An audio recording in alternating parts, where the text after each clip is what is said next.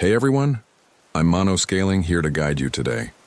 If you use this video to drift off to sleep, please tap like, hit subscribe, and drop a comment telling me where you're watching from and what time it is there.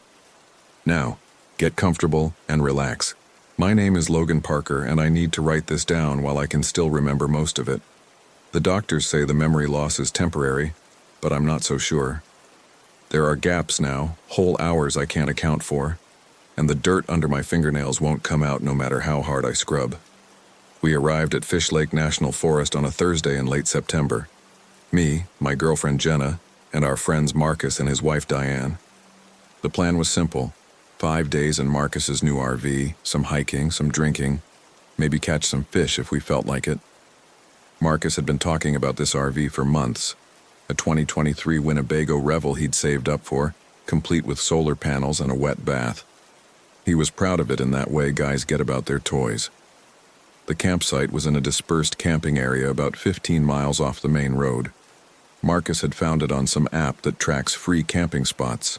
No hookups, no bathrooms, just Forest Service land where you could park for up to 14 days. The reviews mentioned how quiet it was, how you could go days without seeing another person. That sounded perfect to all of us. The drive in was rough. The access road wasn't really a road so much as 2 tire tracks through scrub oak and aspen. Jenna kept grabbing the door handle whenever we hit a particularly deep rut.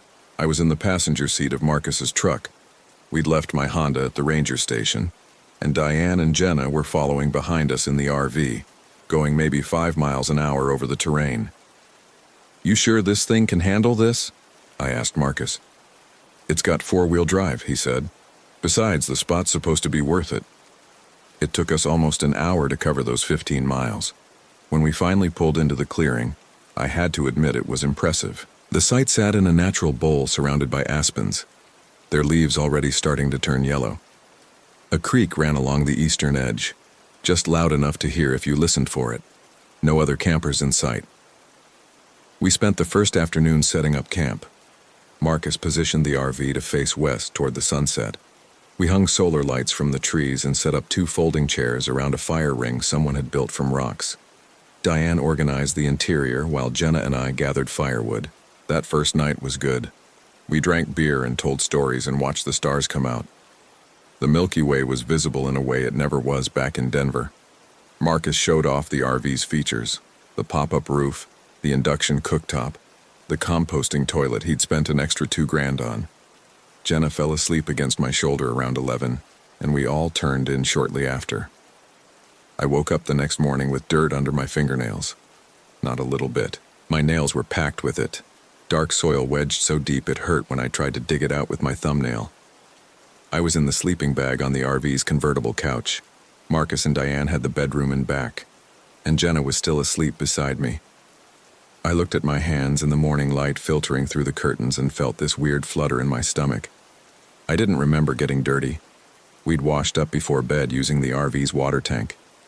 I definitely hadn't been digging in anything. In the tiny bathroom, I scrubbed my hands with the biodegradable soap Diane had insisted we bring. The dirt came out slowly, leaving brown stains in the sink. Some of it was so deep I had to use the edge of my toothbrush to pry it free. My fingertips felt raw by the time I was done. "You okay in there?" Jenna called. "Yeah, just washing up." We made coffee on the induction cooktop and ate granola bars for breakfast. Marcus wanted to hike to some lake he'd seen on the map about 4 miles north. Diane suggested we take it easy for the day, maybe just walk along the creek. We compromised and decided to do a shorter hike to a ridge overlooking the valley. The hike was nice. The trail, really just a game path, wound through dense forest where the underbrush grabbed at our pants. We saw deer scat and turkey feathers, and what might have been bear scratches on an aspen trunk. Marcus took photos every 50 feet. Diane complained about her boots. At the ridge, we sat on a fallen log and passed around a bottle of water. You could see for miles from up there, rolling hills covered in forest, the occasional clearing where fire had come through years ago. No houses, no roads, no power lines, just trees and sky. "This is what I needed," Marcus said. "Just completely disconnect, you know." None of us had cell service. We'd left our phones in the RV to conserve battery. It felt strange at first, that absence of connectivity, but also freeing. No emails, no news, no texts. We got back to camp around 2. I offered to start a fire for dinner, and Marcus said he'd caught a fish from the creek earlier. A decent-sized brown trout he'd cleaned and wrapped in foil. Jenna and Diane went for a walk while Marcus and I got the fire going. "You sleep okay last night?" Marcus asked as he arranged the coals. "Yeah, fine. Why?" "I thought I heard you moving around. Like 3 or 4 in the morning." I paused. "I didn't get up." "Huh.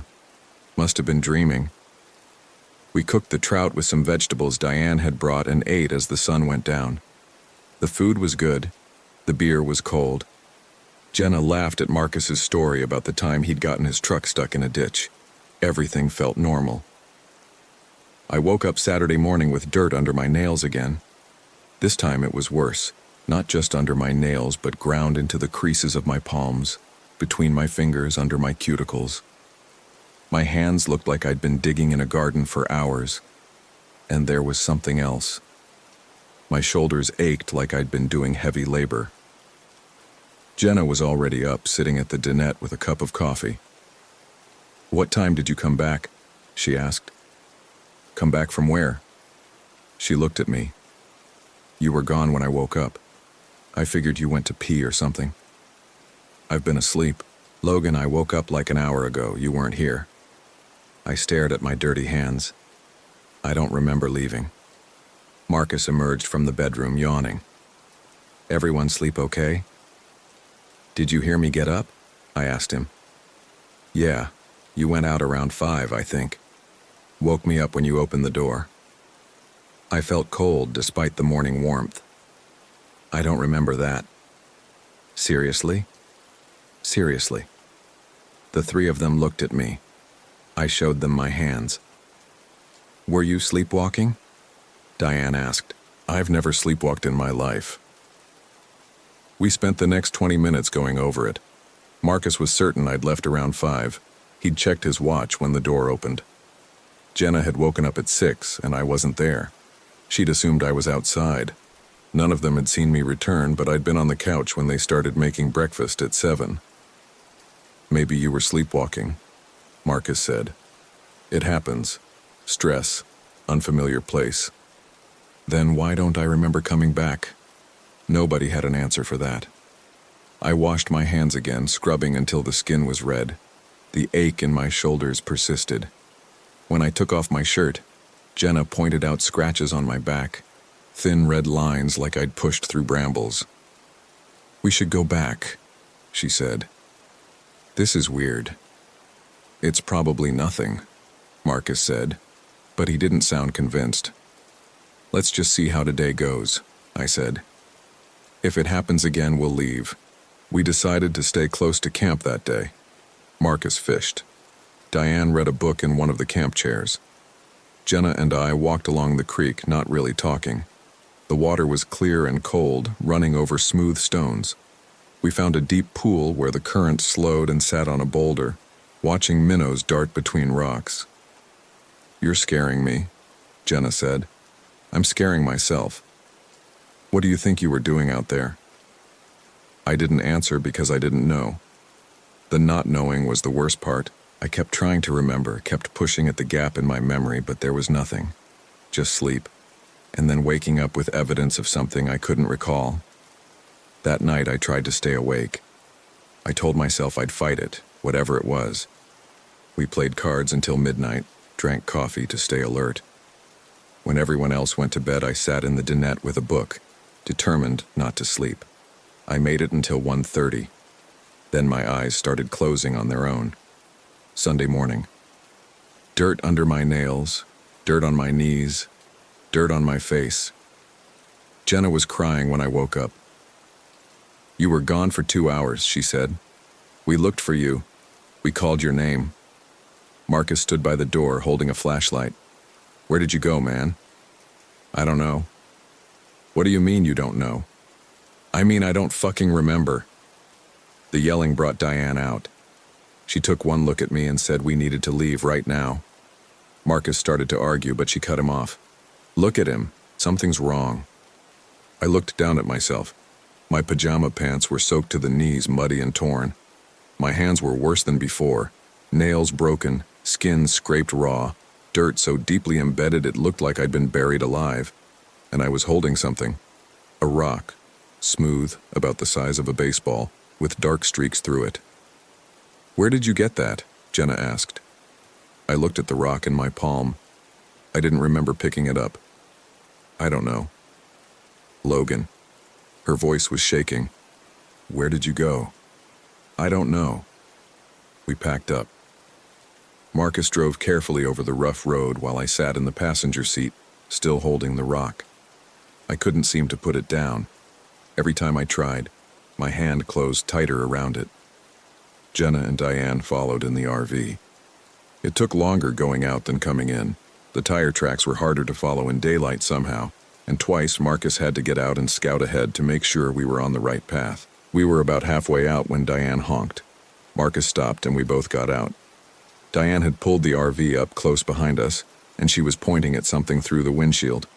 At first I didn't see what she was indicating. Then I did. Footprints. Bare footprints in the dirt beside the tire tracks, headed in the direction we'd come from. Recent. The edges were still sharp. And they were mine. I recognized them because I recognized the scar on the right heel from stepping on glass when I was 12. You walked back, Marcus said. I stared at the prints. They were deep, pressed hard into the earth like I'd been running. And they were alone. No one following, no one chasing. Just my feet, heading back toward camp while we drove away. We got to the ranger station around noon. I made Marcus turn around 3 times to make sure we were actually leaving, that we weren't somehow circling back. Each time he confirmed we were on the main road, heading toward civilization. At the ranger station, we told them what had happened. The ranger on duty, a woman in her 50s with gray hair and suspicious eyes, listened without interrupting. When we finished, she asked to see my hands. I showed her. The dirt was still there, darker than before. You been digging in something? She asked. I don't remember. He's been sleepwalking, Marcus said. We think maybe he's had some kind of reaction to the altitude or something. The ranger looked at me for a long moment. That campsite you were at, how far in? About 15 miles, why? We closed that area 2 weeks ago, supposed to have signs up. There weren't any signs. There should have been. We've had some issues out there. What kind of issues? She hesitated. People getting disoriented. A couple campers went missing for a few days back in July. We found them eventually, but they weren't making much sense. Kept talking about dreams. Did they remember where they'd been? Jenna asked. No. That was the strange part. And they both had the same thing you do. She nodded at my hands. Dirt under the nails. Dirt in places dirt shouldn't be. My stomach dropped. What did you do for them? Sent them to the hospital in Richfield. Doctors couldn't find anything wrong physically. Chalked it up to dehydration and exposure. She paused. But I've been doing this job for 20 years, and I've never seen people act like that. It's like something out there gets in their head. We left the ranger station and drove straight to Richfield. The ER doctor examined me, took blood, asked the same questions everyone else had asked. He prescribed sleeping pills and told me to see a neurologist when I got back to Denver. The blood work came back clean. No drugs, no infections, no obvious explanations. We drove home that night. Marcus didn't say much. Diane sat in back with Jenna, holding her hand. I stared out the window at the dark landscape sliding past and felt the rock in my jacket pocket, heavy and smooth. I still have it. I put it on my dresser when we got home, and sometimes I wake up in the middle of the night holding it. I don't remember picking it up. I never remember. The dirt under my nails has started coming back, not every night, but once or twice a week. I'll wake up and there it is, packed deep under the nails, ground into my palms. I've started wearing gloves to bed, but that doesn't help. The dirt finds its way in anyway. Jenna moved out 3 weeks after we got back. She said she couldn't handle it, couldn't watch me disappear every night and come back wrong. I don't blame her. I barely recognize myself anymore. Last week, I woke up in my backyard. I live in an apartment with no backyard, but there I was, lying in the grass behind the building, covered in dirt from head to toe. My neighbors found me and called the police. The cops drove me home and suggested I see a psychiatrist. I've seen 3. They all say the same thing: stress, trauma, sleepwalking disorder. They prescribe pills that don't work. None of them can explain the dirt, or why it's always the same kind of dirt. Dark, rich, smelling faintly of copper. I called the ranger station in Fish Lake last month. The woman I talked to said they'd close that whole section of the forest permanently. Too many incidents. She wouldn't give me details, but she mentioned that they'd found something out there. Some kind of pit, hand-dug, deep enough that they needed rope to explore it. She said there were marks on the walls, scratch marks, like someone had been digging with their bare hands. "Did you find anything at the bottom?" I asked. "Nothing," she said, "just more dirt." I hung up and looked at my hands. The nails had grown back, but they're different now, thicker, yellower, harder. Good for digging. I've started having dreams. In them, I'm back at that campsite back in the forest. But I'm underground, in a tunnel system I somehow know. The tunnels branch and divide, leading deeper and deeper into the earth. I'm digging, always digging, clearing away dirt to expose something beneath. I don't know what I'm looking for, but whatever it is, I'm getting closer. Last night I woke up with dirt under my nails again, but this time there was something else. A root, thin and pale, tangled around my left index finger. I pulled it free and it came out whole, writhing slightly in my palm like it was still alive. I flushed it down the toilet and scrubbed my hands until they bled. The thing is, I'm starting to remember. Not everything, but fragments, impressions, the feeling of cold earth against my palms, the sound of my own breathing echoing in confined space, the sensation of digging, always digging deeper. And I remember the thing I'm digging toward, not clearly, just shapes in the darkness, movements in the soil, something waiting, something patient, something that's been buried so long it's forgotten what the surface looks like. It knows I'm coming, though. I can feel it in those gaps in my memory, in the ache of my shoulders and the dirt that won't wash clean. It knows, and it's pulling me back. Not physically, not yet, but through these nightly excursions I can't control or remember. Marcus called yesterday. He said he's been having dreams too. In them, he's back at the campsite, watching me walk into the forest. He tries to follow, but his legs won't work. He can only stand there and watch as I disappear between the trees, my hands already starting to dig. "There's something else," he said. "In the dreams right before you disappear, you turn around and look at me, and you're smiling. You're covered in dirt and your fingernails are bleeding and you're smiling like you've finally found what you were looking for." I asked him what he thought it meant. "I think we woke something up out there," he said. "Or maybe it woke you up, and now it won't let you go." I've been researching the area. Fish Lake National Forest sits on top of one of the largest organisms on Earth, a grove of quaking aspens called pando that's all connected through a single root system. 47,000 trees, all genetically identical, all one organism. It's been alive for thousands of years, maybe longer. The campsite where we stayed was right in the middle of it. I wonder sometimes if that's what I'm digging toward. Not a thing exactly, but the organism itself. The root system that connects everything, that knows everything happening in the forest above. Maybe it felt us arrive and decided to investigate. Maybe it wanted to know what we were. Maybe it still does.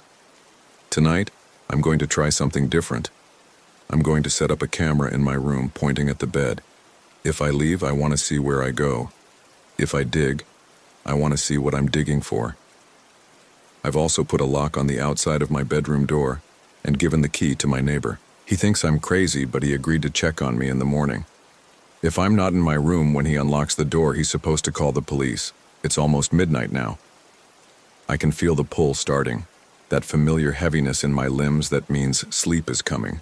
I've tried to fight it before and failed. Tonight, I'm not going to fight. I'm going to let it take me and see where I end up. The rock on my dresser seems heavier than usual.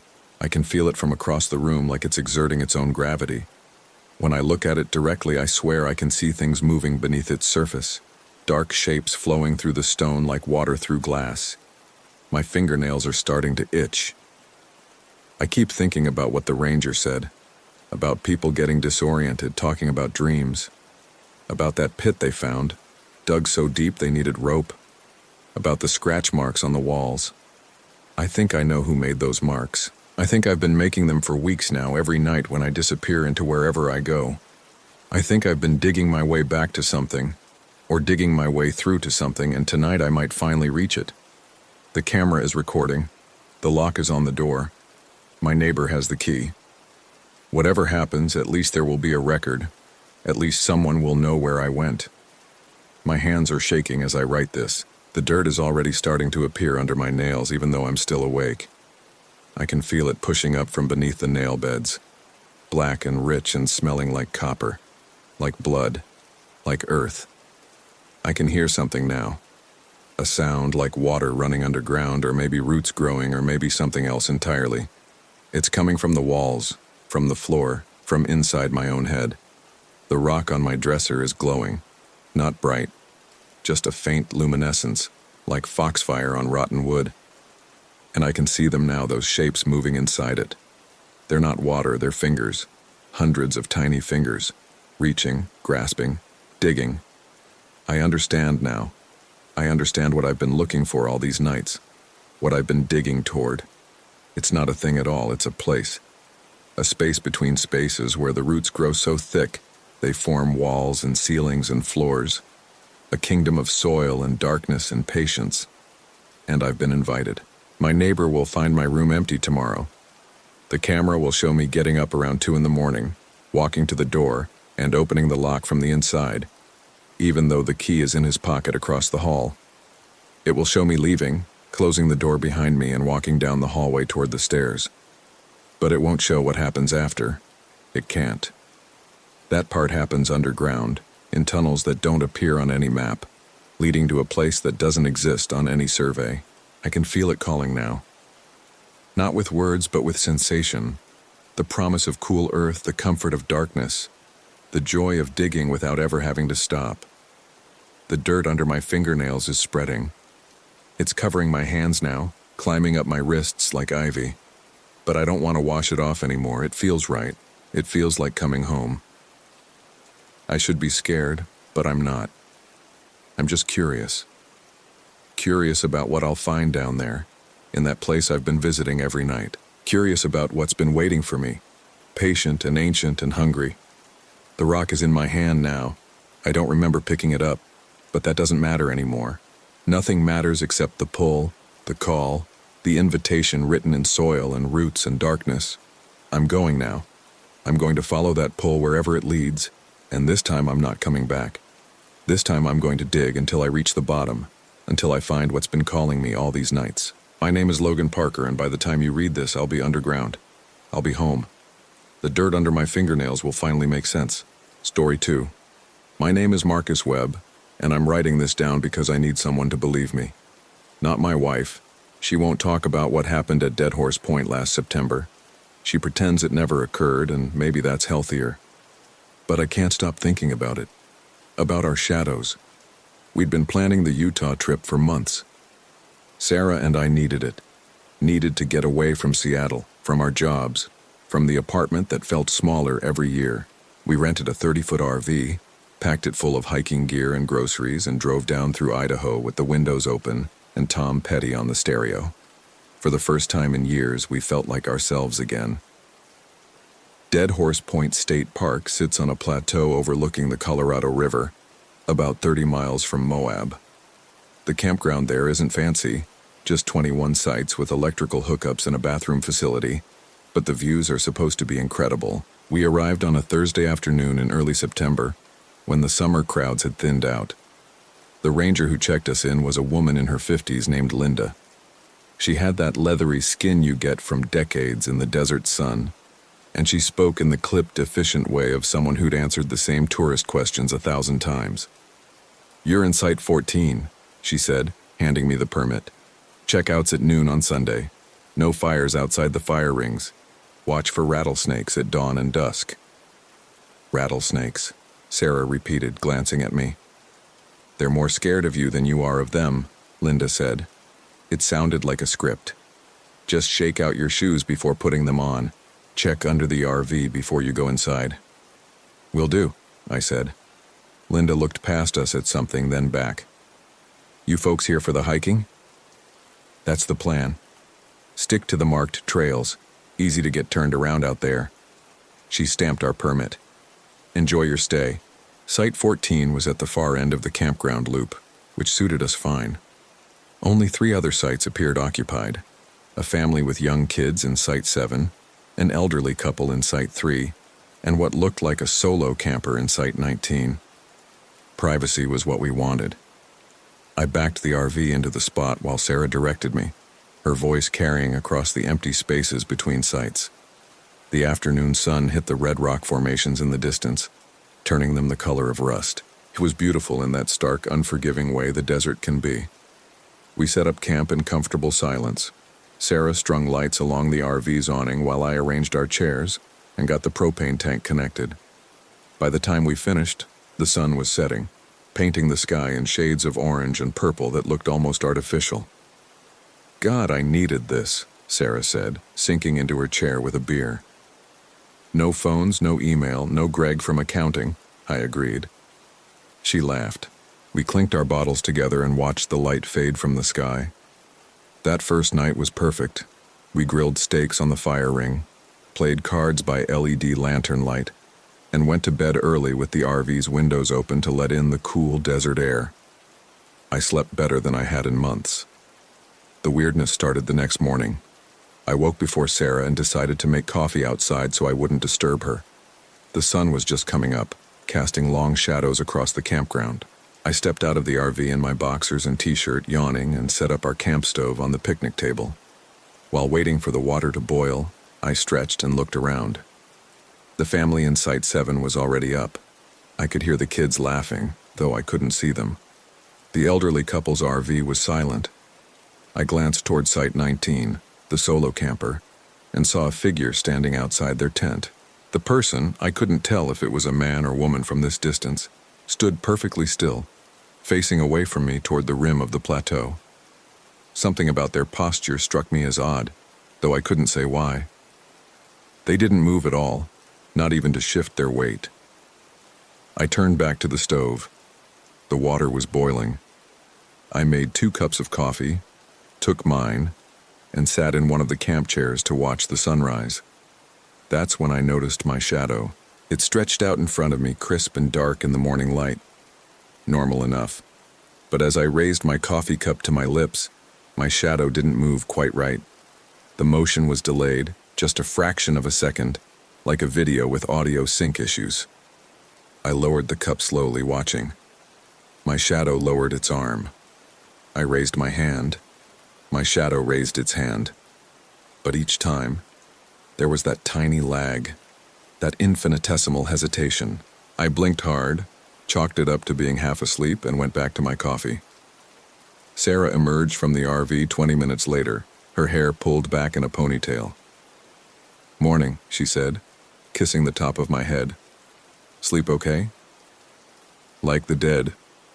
She poured herself coffee and sat next to me. We sipped in comfortable silence, watching the light change on the distant rock formations. "What's on the agenda today?" she asked. "I was thinking we could do the rim trail. It's supposed to be an easy 5-mile loop." "Perfect." We ate breakfast, changed into hiking clothes, and filled our water bottles. By 8 o'clock we were on the trail, following the narrow path that hugged the edge of the plateau.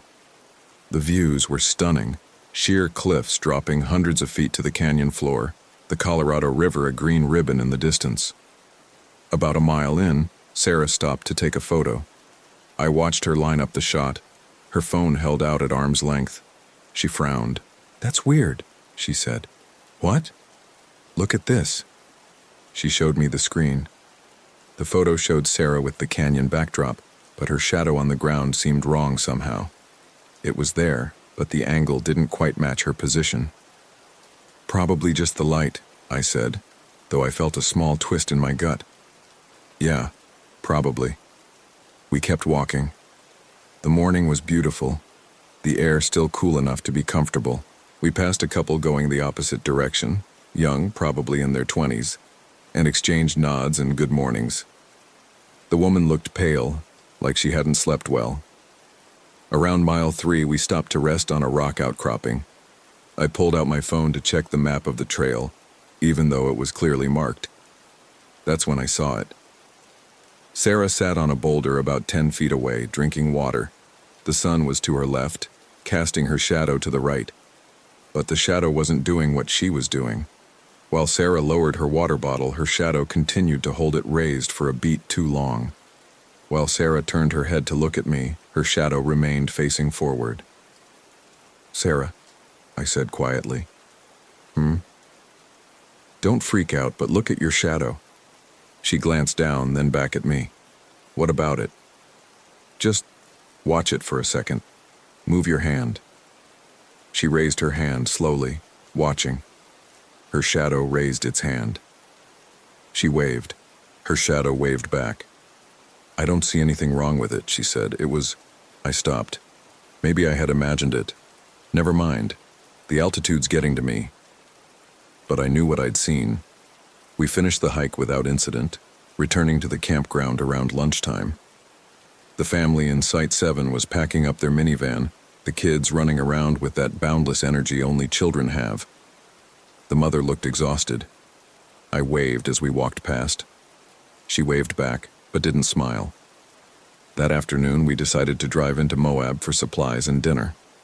The RV stayed at the campground while we took our Subaru down the winding road from the plateau.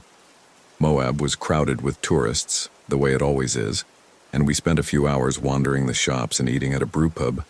The normalcy felt good. I didn't mention the shadow thing to Sarah again, and she seemed to have forgotten about it.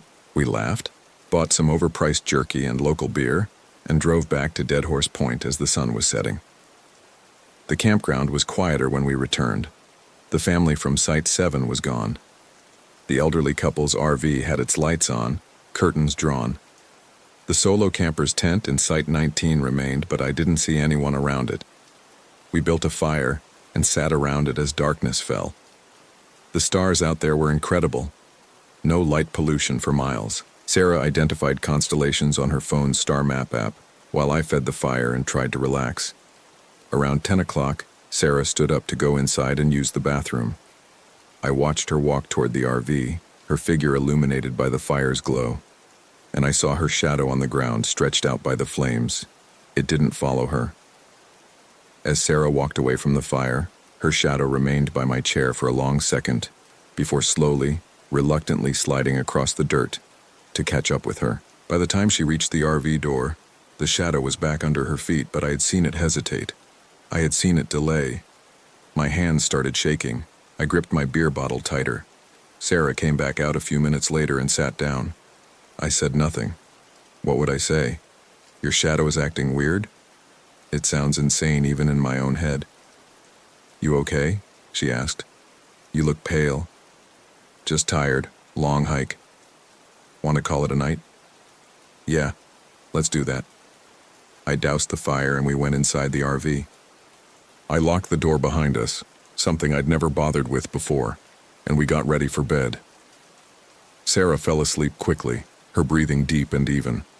I lay awake for hours, staring at the ceiling, listening to the desert silence. At some point, I must have dozed off because I woke to Sarah shaking my shoulder. Marcus, wake up. I sat up groggily. What? What's wrong? There's someone outside. I listened. Footsteps. Slow, deliberate footsteps circling the RV. My first thought was an animal. Maybe a coyote or that rattlesnake the ranger had warned us about.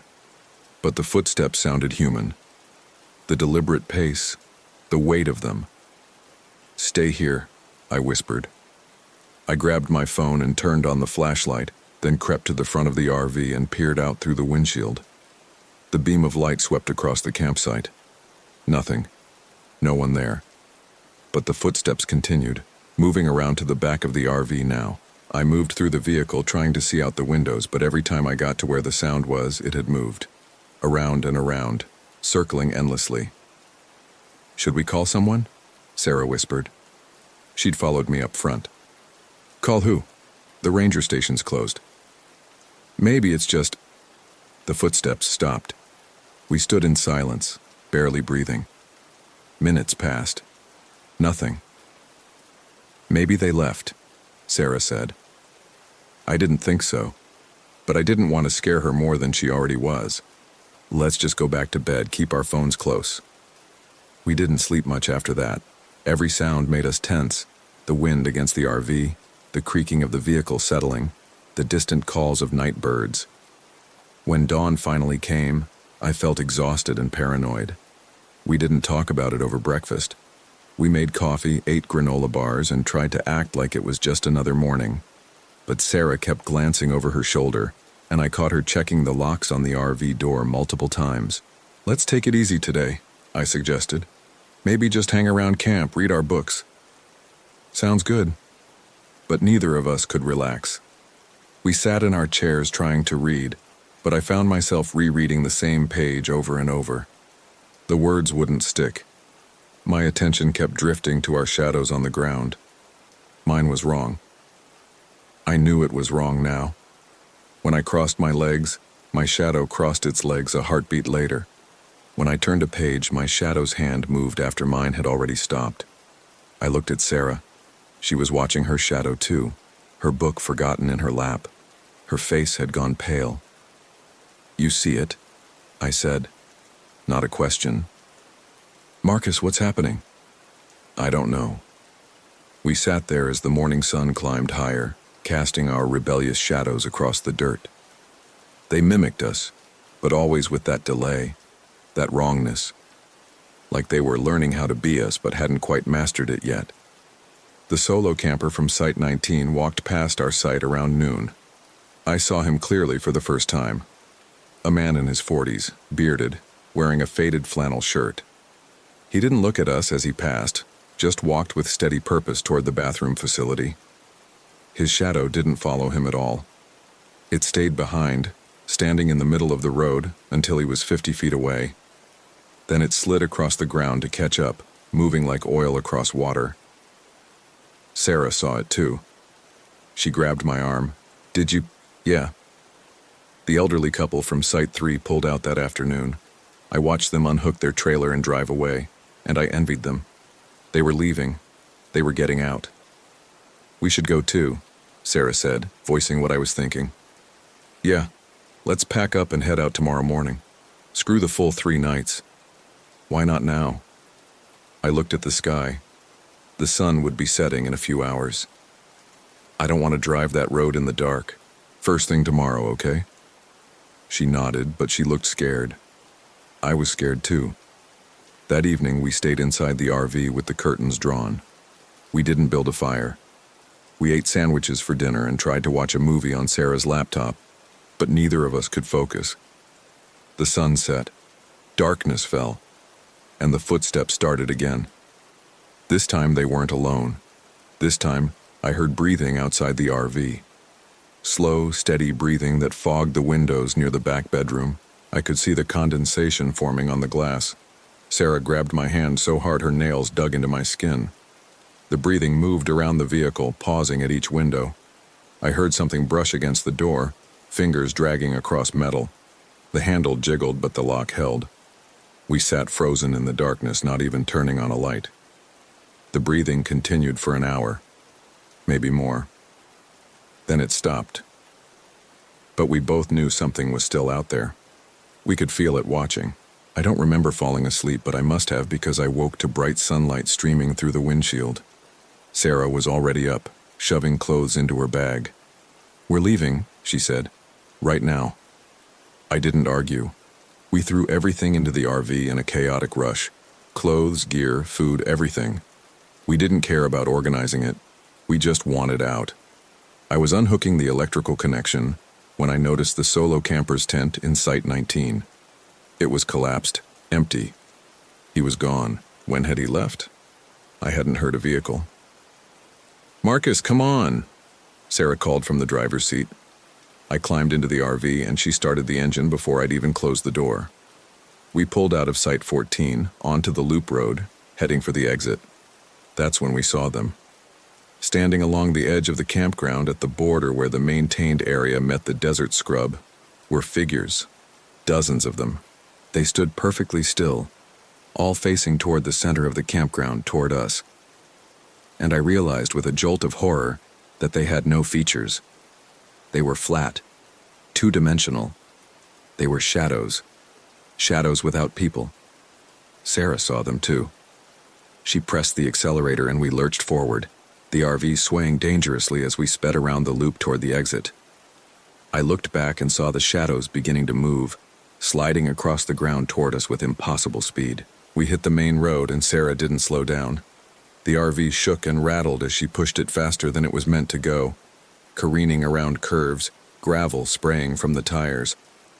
I kept watching the mirrors, expecting to see those shadows pouring after us, but they didn't leave the campground. They stayed at the border, watching us leave. We didn't stop in Moab. We didn't stop anywhere in Utah. Sarah drove for 6 hours straight, white-knuckled and silent, until we crossed into Idaho. Only then did she pull into a rest stop and break down crying.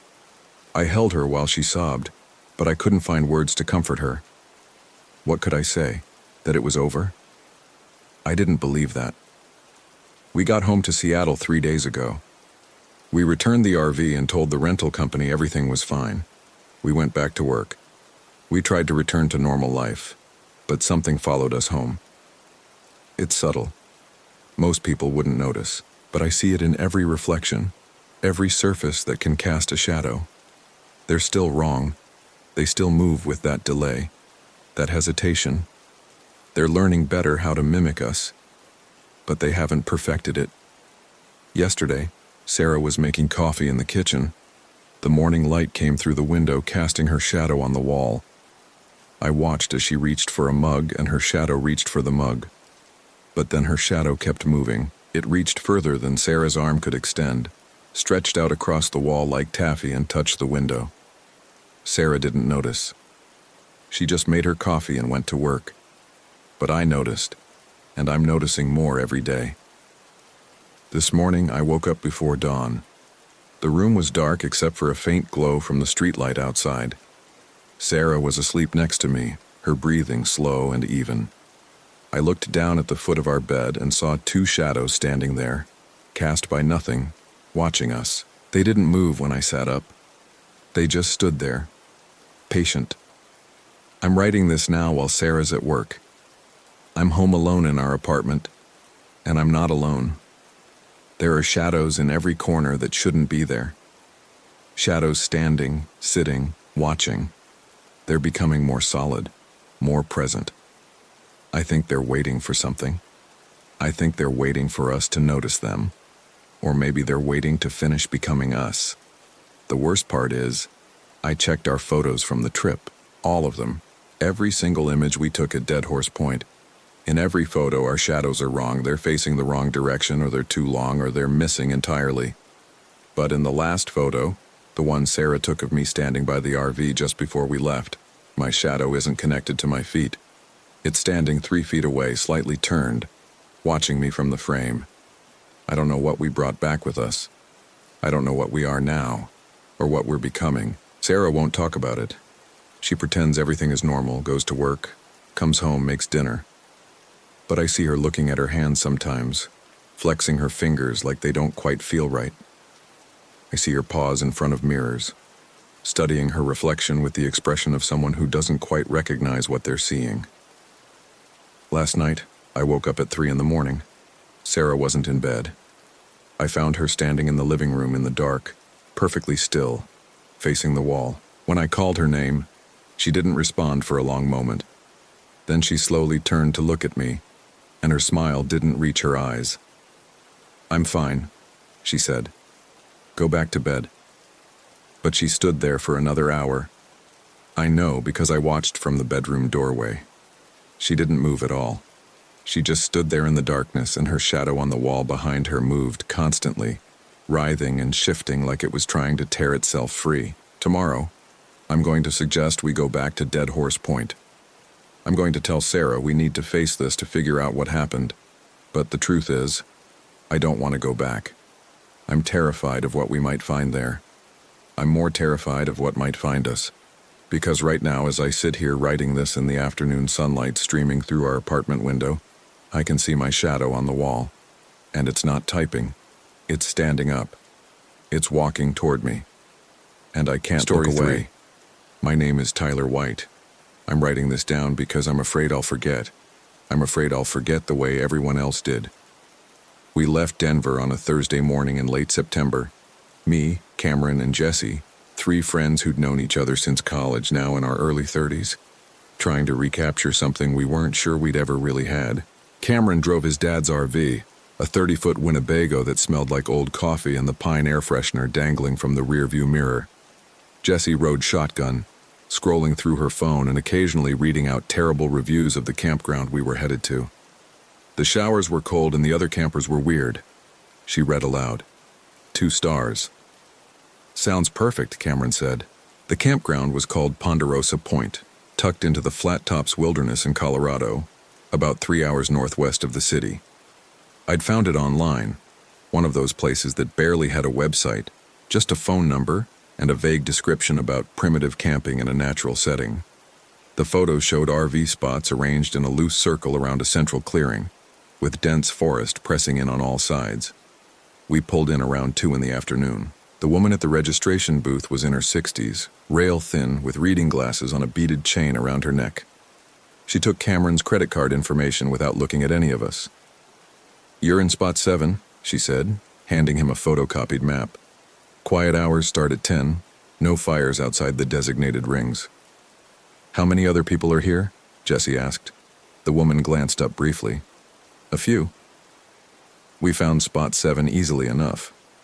The campground was exactly as advertised, 12 RV spots in a rough circle, with a communal fire pit in the middle and a cinder block building that housed the bathrooms and showers. Only 4 other spots were occupied.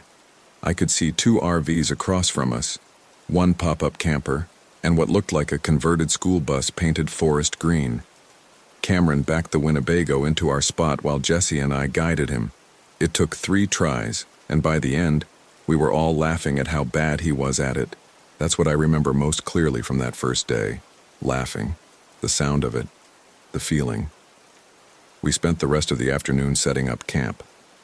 Cameron ran an extension cord to the electrical post. Jesse unfolded the lawn chairs and set them in a semicircle outside the RV door. I walked to the bathrooms to check them out. They were exactly as cold and poorly maintained as the review had promised, but functional. On my way back, I passed another camper. He was maybe 50, with a gray beard and a Broncos cap, standing outside the pop-up camper and staring at nothing in particular. "Hey," I said. He looked at me for a long moment, then nodded once and went back to staring. That evening, we made hamburgers on Cameron's portable grill and drank beer while the sun dropped behind the trees. The other campers were quiet. No music, no voices, just the occasional sound of a door closing or a generator running. The forest around us was thick with ponderosa pines, and as the light faded, the spaces between the trees became solid black. "This place is creepy," Jessie said, pulling her jacket tighter. "It's peaceful," Cameron corrected. "Same thing." We stayed up until around 11, talking about work and relationships and all the usual things you talk about when you're drinking with old friends. At some point, I noticed a woman standing near the central fire pit, which no one had lit. She was completely still, hands at her sides, facing the forest. "Is she okay?" I asked. Cameron and Jesse turned to look. "Maybe she's stargazing," Jesse said. But the woman wasn't looking up. She was looking straight ahead, into the dark between the trees. After a few minutes, she walked back to one of the RVs on the far side of the circle and went inside. We went to bed around midnight. Cameron took the bed in the back. Jesse got the fold-out couch and I took the converted dinette, which was less comfortable than it looked. I lay there for a while, listening to the unfamiliar sounds, the RV settling, wind in the pines, something small scurrying past outside.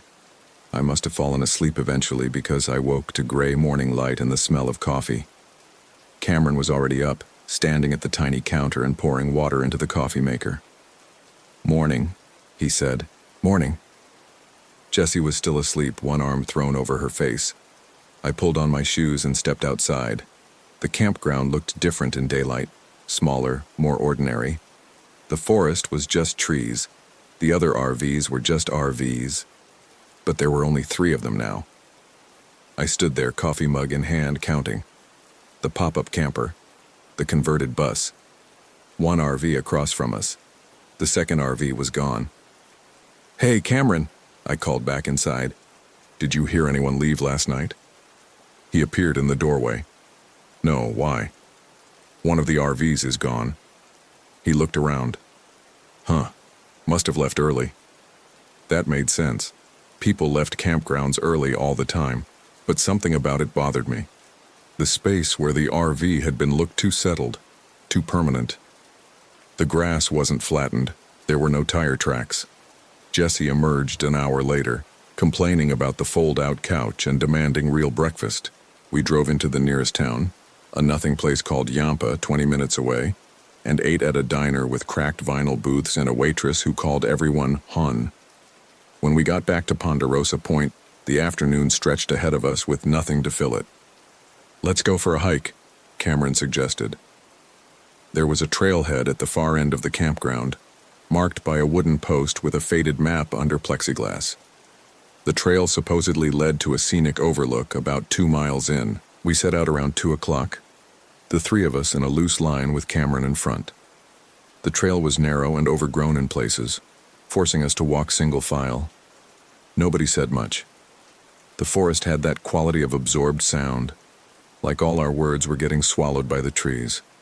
After about 40 minutes, we reached the overlook, a rocky outcropping with a view of the valley below, all forested ridges and distant mountains. "Worth it," Jessie said, pulling out her phone to take pictures. We stayed for maybe 15 minutes, then headed back.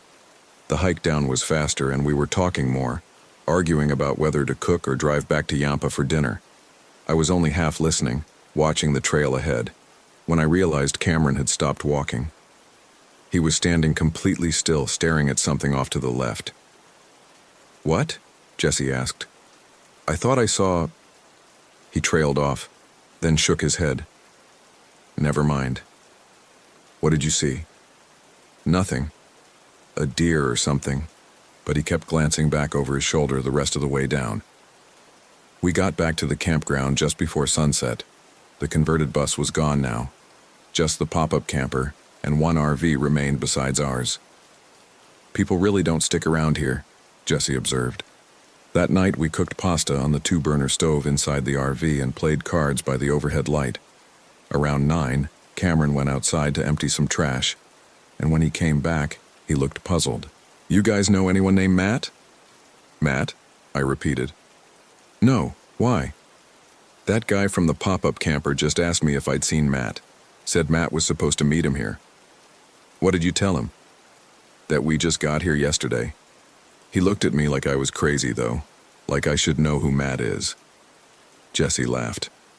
"Maybe Matt's the one who keeps leaving." We went back to our card game, but I kept thinking about it. The way Cameron described it, the man hadn't asked if we'd seen a stranger. He'd asked if we'd seen Matt specifically, as if we should know him. I slept badly that night. The dinette bed was too short, and every time I shifted position, the cushions made noise. Sometime around 3 in the morning, I heard footsteps outside, slow, deliberate, circling the RV. I lay there listening, heart pounding, until they faded away. In the morning, the pop-up camper was gone. "Okay, that's weird," Jessie said when she noticed. Only 1 RV remained across from us, a tan and brown 70s-era Prowler that looked like it hadn't moved in years. The registration booth was empty when Cameron walked over to ask about the other campers. He came back shrugging. "Nobody there. Maybe she only works certain hours." We decided to stay one more night. It seemed silly to pack up and leave just because the campground was emptying out. But the day felt wrong from the start. The sky was overcast, pressing down on the clearing. The forest seemed louder, branches cracking, birds calling, though I never actually saw any birds. I went for a walk by myself that afternoon just to get out of the RV. The campground had a small trail that looped around the perimeter, maybe a quarter-mile long. About halfway around, I found something carved into a tree. Remember Sarah. The letters were old, the bark grown rough around them. I stood there staring at it, that strange feeling of wrongness intensifying. Who was Sarah? Why did someone need to remember her?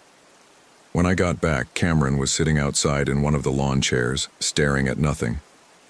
"You okay?" I asked. He blinked, as if coming out of a trance.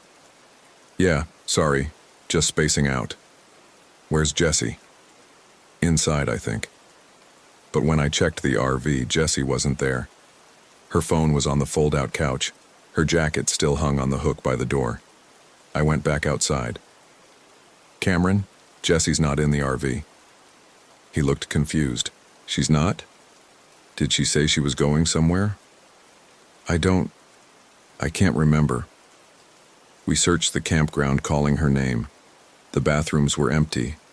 The trail to the overlook showed no sign of her. The prowler across from us had its curtains drawn. No sound from inside. After 20 minutes, I was starting to panic. "Should we call someone?"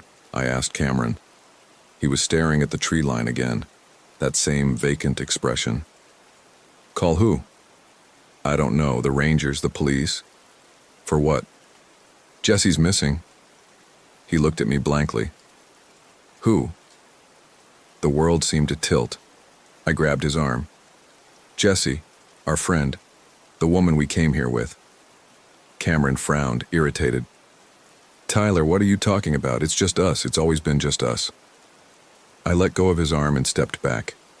He seemed genuinely confused, not joking or playing around. His eyes held no recognition when I said her name. "Cameron, we came here with Jessie, 3 of us, you, me, and Jessie. She's been here the whole time."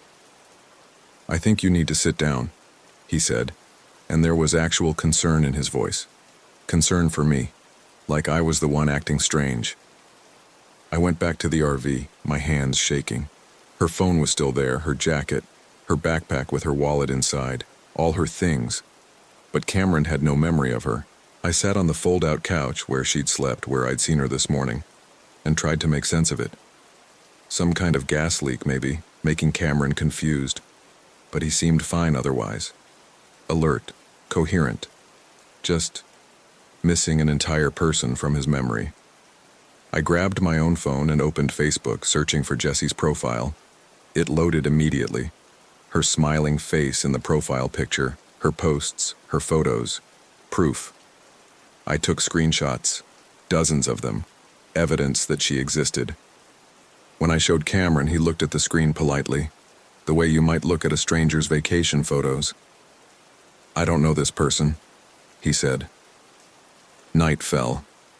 I stayed outside, walking circles around the campground, calling Jessie's name until my voice went hoarse. The woman from the registration booth never appeared. The prowler across from us remained dark and silent. Cameron eventually went to bed, and I sat alone by our unlit fire ring, trying to decide what to do. Around midnight, I heard something moving in the forest. Not small animal sounds, something big walking slowly through the underbrush. I stayed very still, watching the tree line. For just a moment, I saw a figure standing between 2 pines, too far away to make out details, but human-shaped, standing perfectly still. Then it was gone. I went back to the RV and locked the door. In the morning, the prowler was gone. Cameron and I were alone in the campground now. All the other spots were empty, the grass undisturbed, as if no one had ever been there. Cameron made coffee and eggs like it was a normal day. When I tried to talk to him about Jessie again, he got annoyed. "Tyler, seriously, you need to drop this. You've been acting weird since we got here." "We didn't come here alone." "Yes, we did. It was always just the 2 of us. This trip was my idea, remember? I wanted to get out of the city, clear my head after the breakup with Nicole. Nicole. He'd broken up with Nicole 6 months ago. That part was true. But Jesse had been the one who suggested this camping trip, not Cameron. Except now, apparently, it had always been Cameron's idea. I excused myself and walked to the registration booth.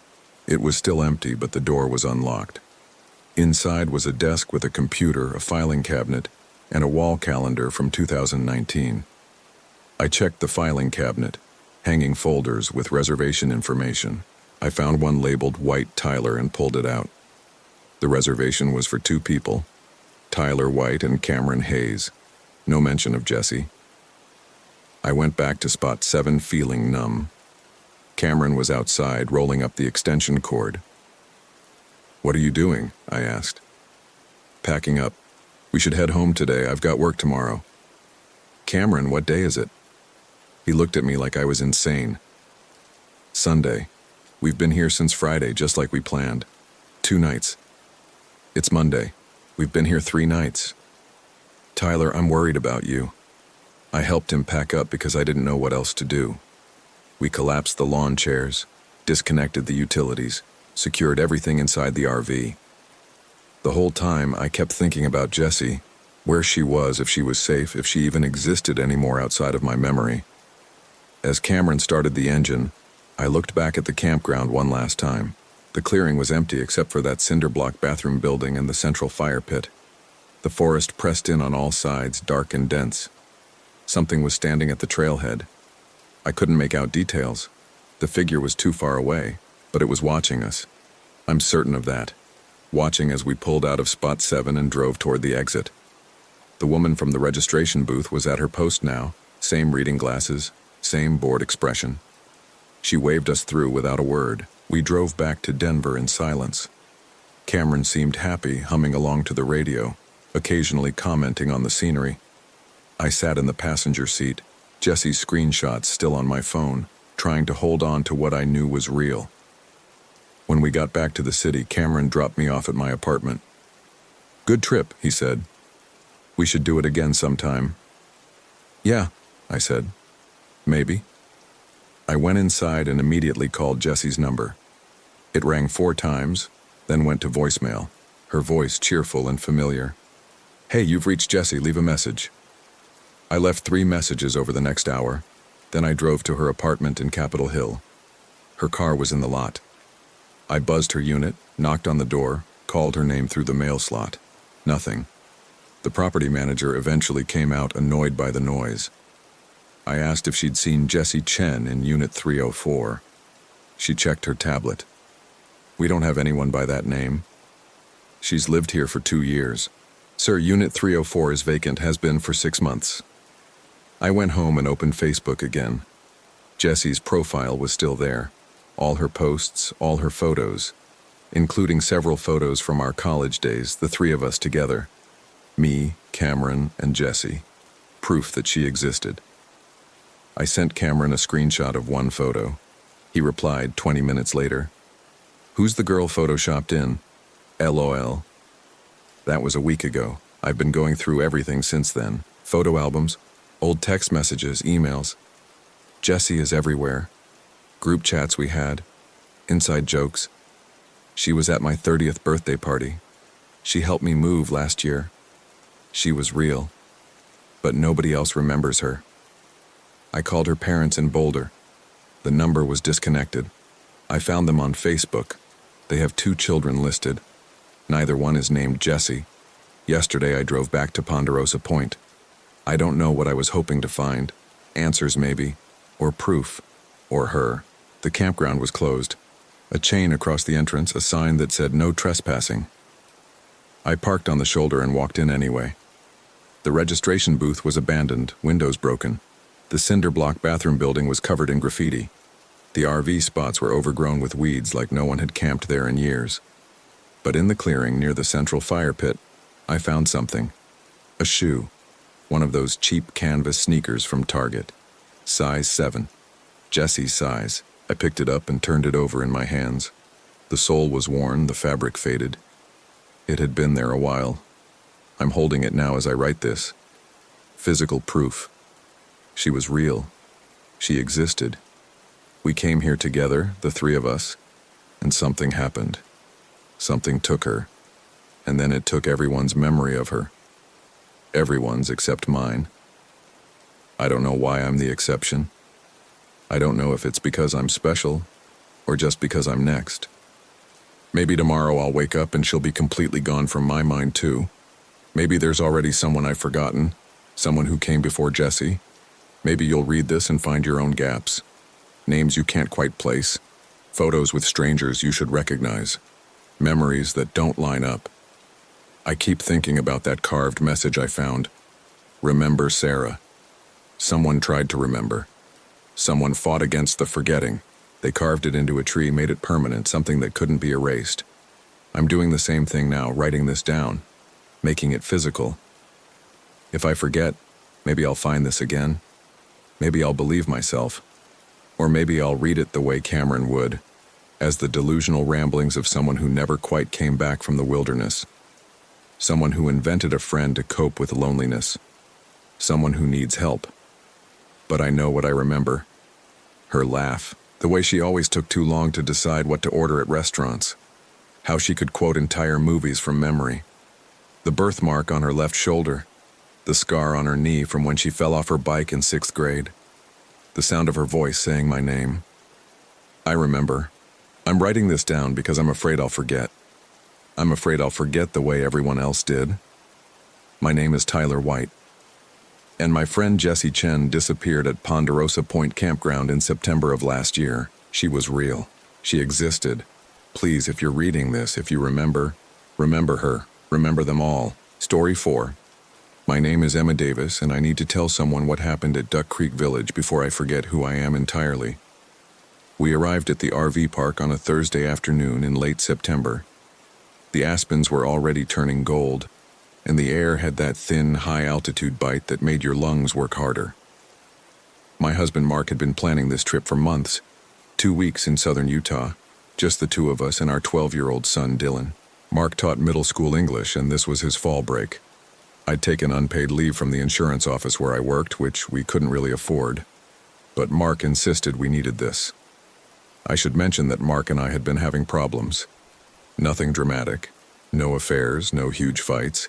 Just the slow erosion that happens when you've been married 15 years and stopped seeing each other clearly. We'd been to 3 sessions with a couples therapist in July before we couldn't afford to continue. The therapist suggested we needed to reconnect in a neutral space. Hence, Utah. Dylan didn't want to come. He'd wanted to stay with his friend Jason, whose family had a pool table and a PlayStation 5. But we made him come anyway because that's what parents do. Force quality time on children who'd rather be anywhere else. The RV park at Duck Creek Village was nicer than I'd expected. 30-some sites arranged in a loose circle around a communal bathhouse and rec building. Most of the other campers were retirees with massive motorhomes that probably cost more than our house.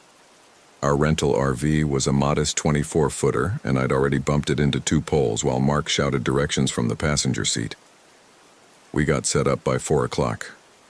Mark handled the hookups while I unpacked groceries into the tiny kitchenette.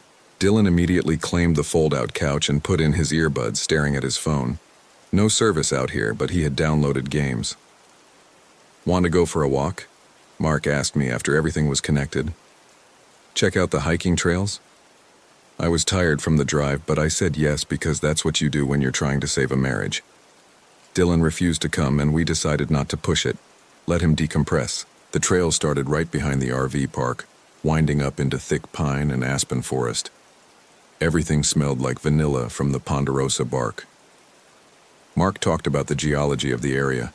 He'd been reading books on Utah, and I tried to listen, but my mind kept drifting back to work. I'd left 3 claims unprocessed, and Patricia was covering for me, but she had her own caseload. We walked for about 45 minutes before turning back. The sun was starting to drop behind the mountains, and the temperature fell with it. When we got back to the RV, Dylan was outside, squatting in the dirt about 20 feet from our site. "What are you doing?" Mark asked. Dylan looked up. His hands were filthy. "Just digging." "Digging what?" "I don't know. A hole." He'd used a stick to excavate a shallow depression, maybe 6 inches across and 3 deep, just a random hole in the dirt. "Why?" I asked. Dylan shrugged. "Something to do." Mark and I exchanged a glance. Kids were weird. We both knew that from experience. Mark taught them all day. Sometimes they did inexplicable things for no reason. "Wash your hands before dinner," I said. Dylan went inside without arguing, and I noticed he left the stick lying next to the hole. That night I made pasta on the RV's 2-burner stove while Mark and Dylan played cards at the tiny dinette table. It felt almost normal. Mark told a story about a student who'd submitted an essay that was clearly written by ChatGPT, with the prompt still included at the top. Dylan actually laughed. I felt a small loosening in my chest, like maybe the therapist had been right. We ate, then played a board game we'd brought, Ticket to Ride, and Dylan won, which put him in a rare good mood. By 9:30, Mark and I were reading in the converted bed above the cab, while Dylan browsed his phone on the couch below. "This is nice," Mark said quietly. He reached over and took my hand. I squeezed back. "Yeah. Maybe it would be okay." I woke up around 2 in the morning because I needed to pee. The RV's bathroom was claustrophobic, and I'd been avoiding using it at night, but the bathhouse seemed far away in the dark. I gave in and squeezed into the tiny closet with the toilet. When I came out, Dylan's bed was empty. The RV door was slightly ajar, letting in cold air. I felt an immediate spike of adrenaline, that parent panic when your child isn't where they're supposed to be. I pulled on my jacket and stepped outside. The RV park was silent except for wind moving through the trees. Most of the other sites had their lights off. Our site had a single lamp pole that cast a yellow circle of light, and just at the edge of that circle, I saw Dylan. He was squatting in the dirt with that same stick, digging at the hole he'd started earlier. He'd made it bigger, maybe a foot across now and deeper. I could hear the scrape of the stick against soil. "Dylan," I said. He didn't look up. I walked closer. "Dylan, what are you doing?" "Digging," he said. His voice sounded strange, flat. "It's 2 in the morning. Come back to bed." "Can't. Not done yet." "Done with what?" "The hole." I felt irritation rising in my chest, mixing with concern. "You can dig tomorrow. Come inside." He finally looked up at me, and in the strange yellow light his face looked different, older somehow. His eyes were completely focused, intense in a way I'd never seen from him. "I have to finish it," he said. "It needs to be finished." "Dylan." "Please, Mom, please, it's important." There was something in his voice. Not defiance exactly. Desperation, maybe. Or compulsion. It unsettled me in a way I couldn't name. "How long have you been out here?" "I don't know. A while." "Come inside. We'll talk about it in the morning." I used my mom voice, the one that didn't accept negotiation. Dylan hesitated, then dropped the stick. He stood up slowly, like it required enormous effort. When he walked past me into the RV, I noticed his hands were bleeding a little where he'd been gripping the stick. Back inside, Mark was still asleep. I made Dylan wash his hands in the tiny sink while I got antibiotic ointment and Band-Aids from the first aid kit. His palms had blisters forming. "Why were you doing that?" I asked quietly as I wrapped his hands. "I don't know," he said. And then after a pause, "Did you know there's something down there?" "Down where?" "In the ground, where I'm digging." "What do you mean, something?" "I can hear it." The hair stood up on my arms. "Hear what?" "I don't know, it's like humming, singing almost. You can't hear it?" "No." He looked at me with those 2 focused eyes. "It wants me to keep digging." I didn't know what to say. My son had never had psychological problems before. No anxiety, no depression, nothing beyond normal moody preteen stuff. This felt different, wrong. "You're going to bed," I said, "and tomorrow we're going to talk about this." He went to bed without protest, but I noticed he kept looking toward the door like he wanted to go back out. I triple-checked the lock before climbing back up to the bed above the cab. Mark stirred slightly when I got in but didn't wake. I lay there for a long time, listening to the wind and thinking about Dylan's words. It wants me to keep digging. The next morning, I told Mark what had happened. We were standing outside having coffee while Dylan slept in. He'd finally passed out around 4 and I'd let him rest. Mark walked over to look at the hole. It was bigger than I'd thought. Maybe 18 inches across and at least a foot deep, with dirt piled neatly around the edges. The sides were smooth and even, like someone had used a proper shovel, not a stick. "He did all this with a stick?" Mark asked. "I guess so. In a few hours? I don't know how long he was out here before I found him." Mark crouched down next to the hole, peering into it. "Did he say why?" I told him about the humming, the singing, the thing that wanted Dylan to keep digging. Mark's face did something complicated. "Jesus, you think we should take him home?" "I think we should talk to him first. Maybe he was sleepwalking. He's done that before." "Not since he was 7.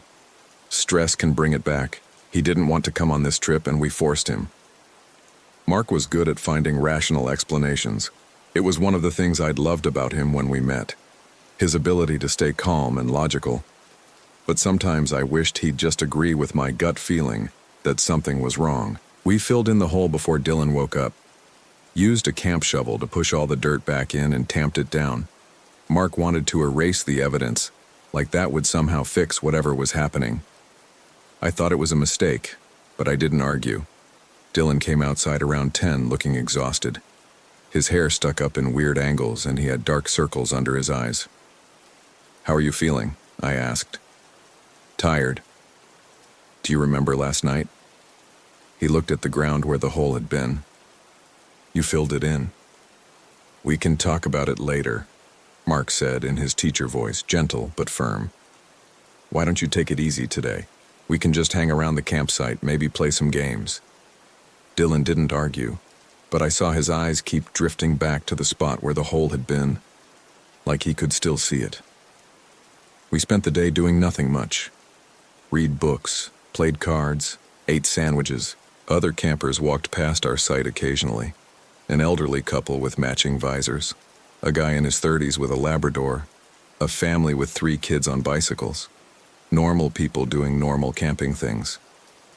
But every time I looked at Dylan, he was staring at that spot in the dirt. Around 4 in the afternoon, I went to the bathhouse to take a shower. The facilities were clean but institutional, metal stalls and fluorescent lights. While I was rinsing my hair, I heard 2 women talking in the next row of stalls. "Completely tore up their site," one voice said. "Doing what?" "Digging. Just digging holes all over. Management asked them to leave." "That's bizarre." "They said their daughter just kept doing it, wouldn't stop. They'd fill in one hole and she'd start another." My hands stopped moving.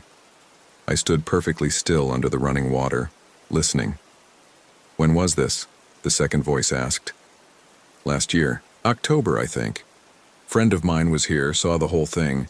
The girl was maybe 13, 14, just obsessed with digging. They thought maybe she had some kind of breakdown." "Did they ever figure out what was wrong?" "No idea. Never heard what happened after they left." The women moved on to other topics. Someone's grandkids, someone's hip replacement surgery. I finished my shower in a daze and walked back to our site slowly, thinking about a teenage girl digging holes she couldn't explain. When I got back, the hole was there again. Not as big as last night, but definitely there. Maybe 8 inches across, 6 deep. And Dylan was sitting on the ground next to it, his bandaged hands bloody through the gauze, digging with his bare fingers now. Mark was standing behind him, looking helpless. "I tried to stop him," Mark said when he saw me. "I took away the stick. He just started using his hands. I don't know what to do." Dylan didn't look up. His fingers scraped through the dirt, methodical and relentless. Scratch, scratch, scratch. Blood mixed with the soil, making dark streaks. "Dylan," I said.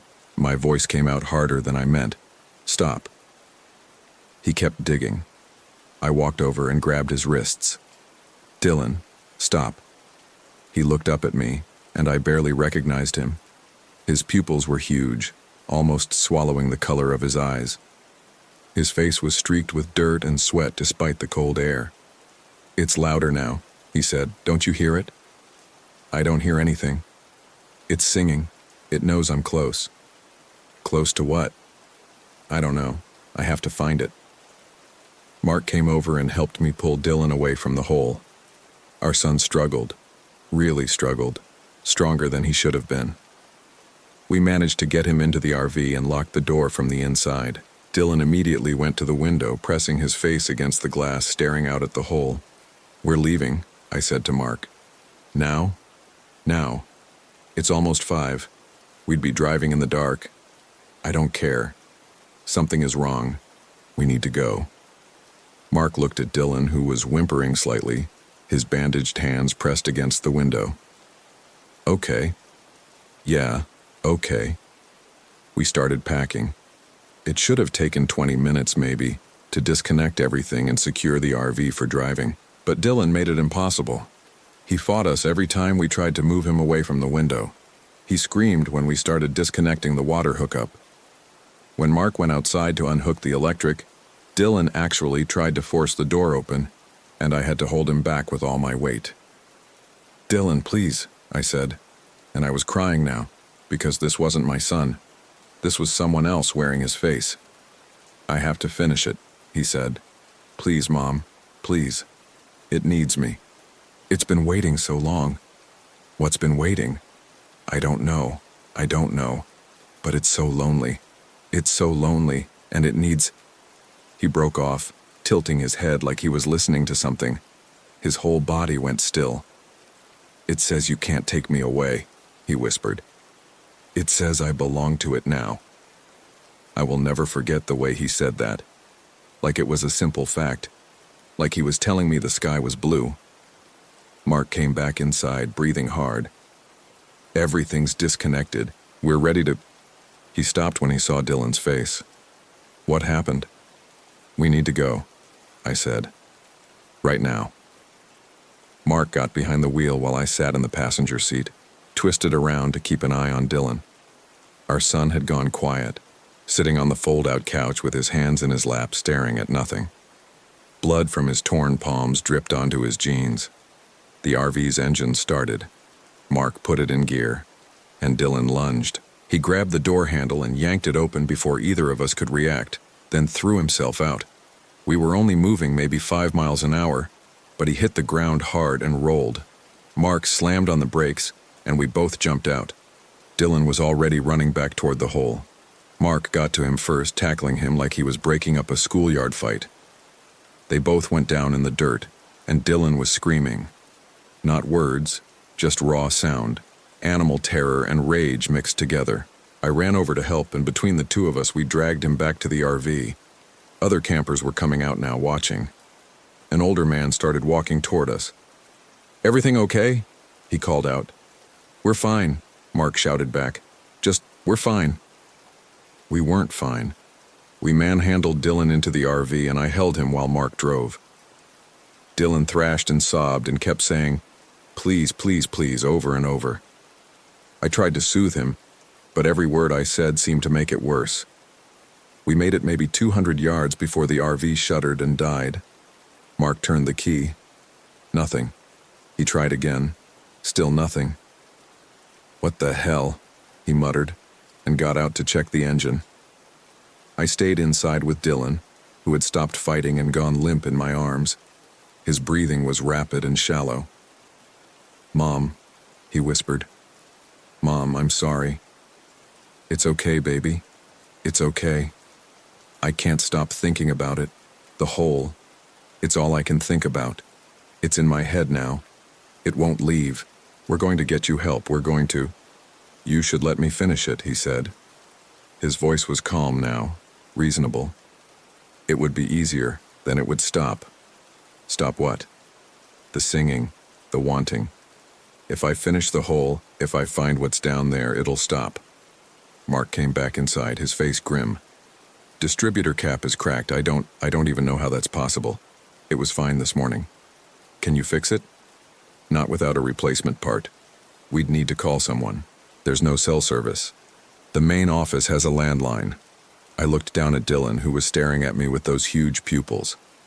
I don't want to leave him. I'll stay with him, Mark said. You go call.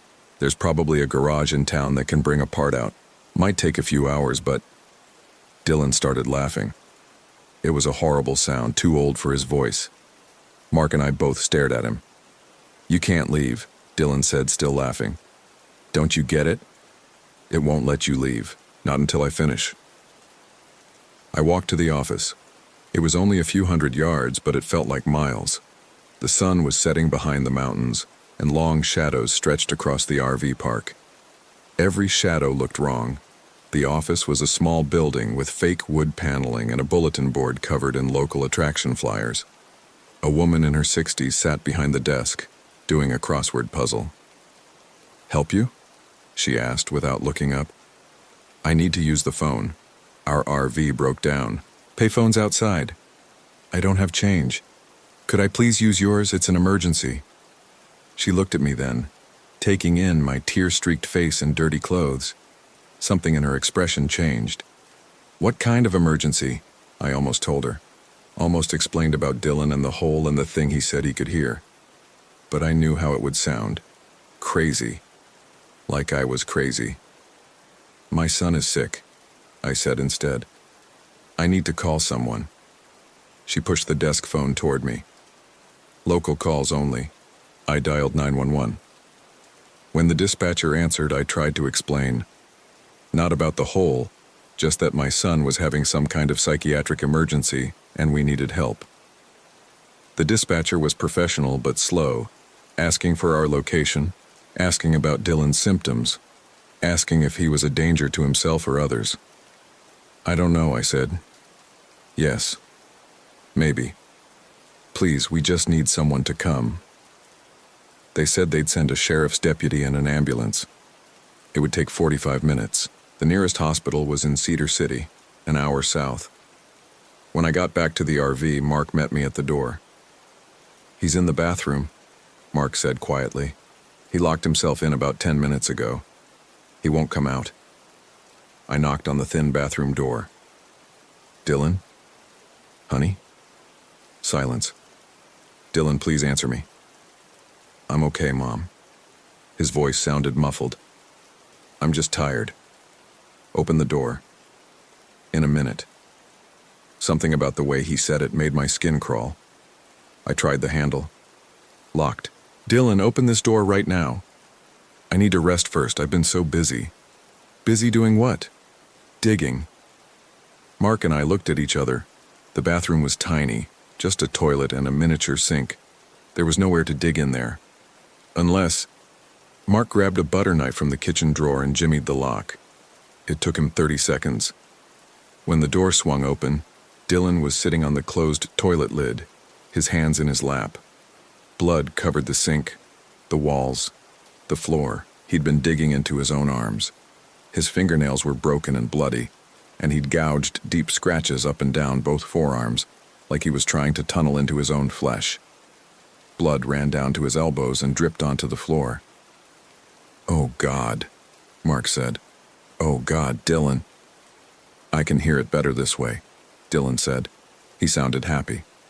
When I'm bleeding, it's louder. It likes it. We wrapped his arms in towels and carried him outside. I don't know why. Maybe we thought the fresh air would help, or maybe we just couldn't stand being in that blood-covered bathroom anymore. We set him down on a camp chair, and Mark held the towels tight around his arms while I stood there shaking.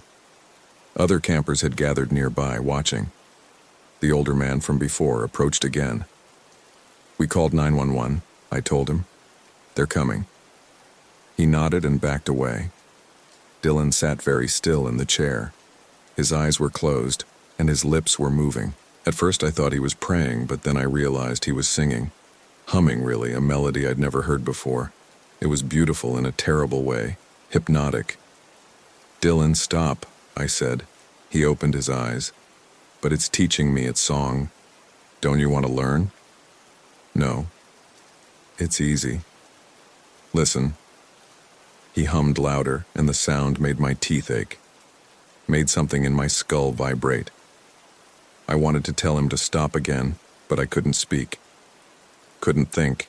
There was only that sound, that awful, beautiful sound filling up all the space in my head. Mark slapped him. Not hard, but enough to break the spell. Dylan stopped humming and started crying. Real crying. A child crying. My son crying. "I'm sorry," Dylan sobbed. I'm sorry, I don't want this, I don't want it in my head." "Make it stop, Mom. Please make it stop." I held him while he cried, and his blood soaked into my jacket, and Mark paced back and forth with his hands in his hair, and we waited for help that felt like it would never come. The ambulance arrived at 7:15. 2 paramedics, a man and a woman, both efficient and calm. They looked at Dylan's arms, exchanged glances, and loaded him onto a gurney. The woman asked me questions. How long had he been doing this? Did he have a history of self-harm? Was he on any medications? And I answered as best I could while they strapped him down. Dylan didn't fight. He just stared up at the darkening sky. "What about the RV?" Mark asked me. "Leave it, we'll deal with it later." The sheriff's deputy arrived just as the ambulance was pulling away. He was young, maybe late 20s, with a neat mustache. He took a statement from us. Dylan had been digging holes, had seemed obsessed with digging, had hurt himself, and wrote it all down in a small notebook. He asked if we'd noticed any drug paraphernalia, and Mark got angry. "He's 12, Mark said. "He's not on drugs. Something is wrong with him." The deputy held up his hands. "Just asking the standard questions, sir." He gave us the name of the hospital where they'd be taking Dylan and told us we could follow once we got the RV fixed. Then he left. Mark and I stood in the empty campsite, surrounded by strangers' stares. The hole was still there, about 20 feet away. Bigger now than it had been, almost 2 feet across, maybe 18 inches deep. I didn't remember Dylan making it that big before we'd stopped him. "I'm going to fill it in," Mark said. He got the camp shovel and started pushing dirt back into the hole. I should have helped him, but I couldn't move. I kept thinking about what Dylan had said. "It won't let you leave, not until I finish." Mark filled the hole and tamped it down, stamped on it with his boots, packing the earth as tight as it would go. When he was done, you could barely tell anything had been there. "We should go to the hospital," he said. "How? The RV's dead." "We'll get a ride. Someone here must be willing to drive us to town." But when Mark went to ask, every camper he approached suddenly remembered somewhere they needed to be. Doors closed, window shades pulled down. Within 10 minutes, the RV park looked deserted, even though half the sites were occupied. We ended up walking to the office again. The woman behind the desk looked at us like we were contagious. "We need a ride to town," Mark said. "Our son is being taken to the hospital." "Can't help you." "Please. We'll pay." I said I can't help you. Best if you folks move on once you get that RV fixed. "What the hell is wrong with everyone?" Mark's voice rose. "Our kid is hurt and no one will—" "You should have left when you had the chance," the woman said. She wasn't looking at us anymore. She was looking past us, out the window. "Should have left when it started, now it's too late." "What are you talking about?" She finally met Mark's eyes. "This happens sometimes. Not often. Every few years, maybe. Somebody starts digging. Can't stop. It gets in their head and won't let go. Best thing is to leave right away before it gets a hold." "But you didn't leave." "How do you know about this?" I asked. "Been managing this park for 20 years. Seen it twice before. First time was a boy, maybe 8 years old. Second time was that girl I mentioned to." She stopped. "You were in the bathhouse earlier. You heard me talking." "Yes." "Then you know. It happens. I don't know why here specifically. Something in the ground maybe. Something old, but it calls to certain people, usually young people. Gets in their heads and makes them dig." "Did they find anything?" Mark asked. "The boy and the girl?" The woman shook her head. "They got taken away before they could finish. Parents had the good sense to leave. But you stayed, and now—" She gestured vaguely. "Now it's got its hooks in your boy proper. Won't let go easy." "This is insane," Mark said. "Maybe. But your son's bleeding in a hospital right now because he couldn't stop digging, so you tell me what's insane." We stood there in silence for a moment. Then I asked the question I was afraid to ask. What happens if he finishes? If he finds what's down there? Don't know. Never seen anyone finish, but I imagine it's not good. The woman let us use her phone to call the hospital. Dylan was stable, they said, sedated. The cuts on his arms weren't life-threatening. We could come see him in the morning. We spent the night in the RV, the door locked, neither of us sleeping. Every hour or so, one of us would get up and look outside to check on the hole. It stayed filled in, the dirt undisturbed. Around 3 a.m, I heard Mark get up and go outside. I followed him. He was standing next to where the hole had been, just staring at the ground. "Mark? Do you hear it?" he asked without turning around. My throat went dry. "Hear what?" "The singing." "No, Mark, no, come inside." He tilted his head like Dylan had done. "It's faint, but it's there, like it's coming from far underground. It's beautiful, Emma. Why can't you hear it?" I grabbed his arm. "Mark, look at me." He turned and his eyes were normal. No huge pupils. Just tired and scared. "I'm joking," he said. "Bad joke, sorry." But I'd seen his face before he turned, and I knew he wasn't joking. The garage in town sent someone out the next morning with a new distributor cap. Fixed the RV in 20 minutes. We paid cash and didn't talk to anyone at the park office, just got in and left.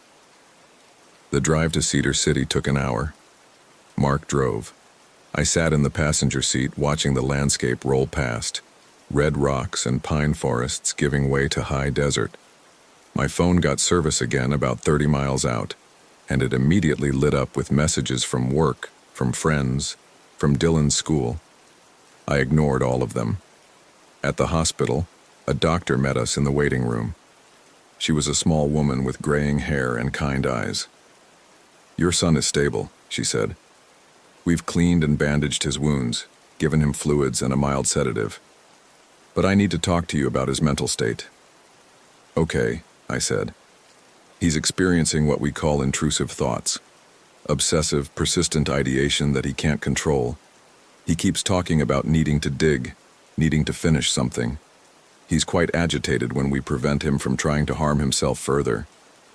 We'd like to keep him for psychiatric evaluation, possibly transfer him to a facility better equipped for—" "We want to take him home," Mark said. The doctor looked at him. "I don't think that's advisable right now. We're taking him home. Mr. Davis, he's our son. We're taking him home." The doctor pressed her lips together but didn't argue further. She had them discharge Dylan into our care with a list of psychiatrists and a prescription for anti-anxiety medication. They brought Dylan out in a wheelchair even though he could walk. His arms were wrapped in clean white bandages and he looked small, young. He saw us and started crying. "I'm sorry," he said. "I'm so sorry, Mom. Dad." "It's okay," I told him. "We're going home. What if it doesn't stop?" "It will. But what if it doesn't?" I didn't have an answer for that. The drive home took 6 hours. Dylan slept most of the way, the medication keeping him under. Mark and I barely spoke. What was there to say? We got home after dark. Our house looked small and shabby compared to how I'd remembered it. Mark helped Dylan inside and got him into bed while I unloaded the RV. Most of our stuff was still packed. I couldn't face unpacking it. Dylan stayed home from school for a week. We took him to a psychiatrist who diagnosed him with acute stress disorder and adjusted his medication. The digging obsession faded gradually. By the second week, he could go hours without mentioning it. By the third, he seemed almost normal. But I'd catch him sometimes, staring out the window at our backyard, at the grass. His hands would twitch like they wanted to hold a shovel, and I knew what he was thinking about. That was 3 months ago. Dylan went back to school after Thanksgiving. He's doing okay, seeing the psychiatrist weekly. The scratches on his arms have healed into thin white scars. His teachers say he's a little withdrawn but managing his coursework fine. Mark and I are still together. Barely. We don't talk about Utah. It sits between us like a wall made of things we can't say. Last week I was putting away laundry in Dylan's room and found something under his bed. A notebook, the kind he uses for school, with a mottled black and white cover. I opened it. Every page was covered in sketches. Hundreds of sketches, all of the same thing. Holes in the ground, different sizes, different angles, but all clearly the same hole. The one he'd started digging at Duck Creek Village. And on the last page, written over and over in tiny handwriting until it covered the entire sheet. I can still hear it. I can still hear it. I can still hear it. I can still hear it. I put the notebook back under his bed. I haven't told Mark. This morning, I woke up early and looked out our bedroom window. Dylan was in the backyard, squatting in the grass near the fence. He had a garden trowel in his hands, one of mine from the garage. He was digging. I watched him for 5 minutes before going downstairs. When I opened the back door, he looked up at me. His eyes were clear, normal. "Just pulling weeds," he said, and held up a dandelion root.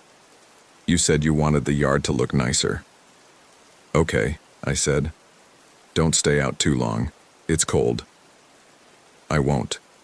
But when he looked back at the ground, I saw his hands tighten on the trowel, saw the muscles in his jaw clench, and I knew he was lying, because I'd looked at the spot where he was digging. There were no weeds there, just a small hole maybe 4 inches across, perfectly round, exactly like the one he'd started in Utah. I'm writing this because I don't know what else to do. The psychiatrist says Dylan is improving, but I can see it in his eyes, the wanting, the need. It hasn't gone away. It's just been waiting. And sometimes, late at night when the house is quiet, I think I can hear it too. Faint and far away, like it's coming from deep in the earth. A sound like singing, like something calling. I tell myself I'm imagining it, that it's just stress, just worry about my son, just my mind playing tricks. But every night, it gets a little louder, a little clearer. And this morning, when I was making breakfast, I found myself staring at the backyard through the kitchen window, at the grass, at the soil beneath it, wondering what it would feel like to dig, just a little, just to see, just to know if there's really something down there. My hands are shaking as I write this. I can feel the desire building in my chest, that need to know, to find, to finish what Dylan started. I keep thinking about the hole, about how easy it would be to go outside with a shovel, to make a deeper hole, to reach down and down until I find whatever is calling. Mark is at work. Dylan is at school. The house is empty. I should call someone, the psychiatrist, a friend, anyone. But I don't want to. I want to go outside. I want to dig. It's in my head now, just like Dylan said, the singing, the wanting. And I think I finally understand what my son has been hearing all these months.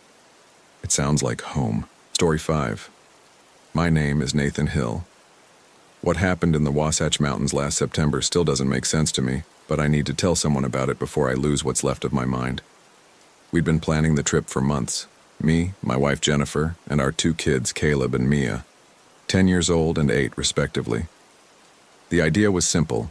Rent an RV, drive up to Utah, spend a week disconnected from everything. No phones except for emergencies. No internet. Just family time in the mountains before the kids went back to school, and I had to return to the endless grind of middle management at a software company that didn't care if I lived or died. Jennifer found the campsite online.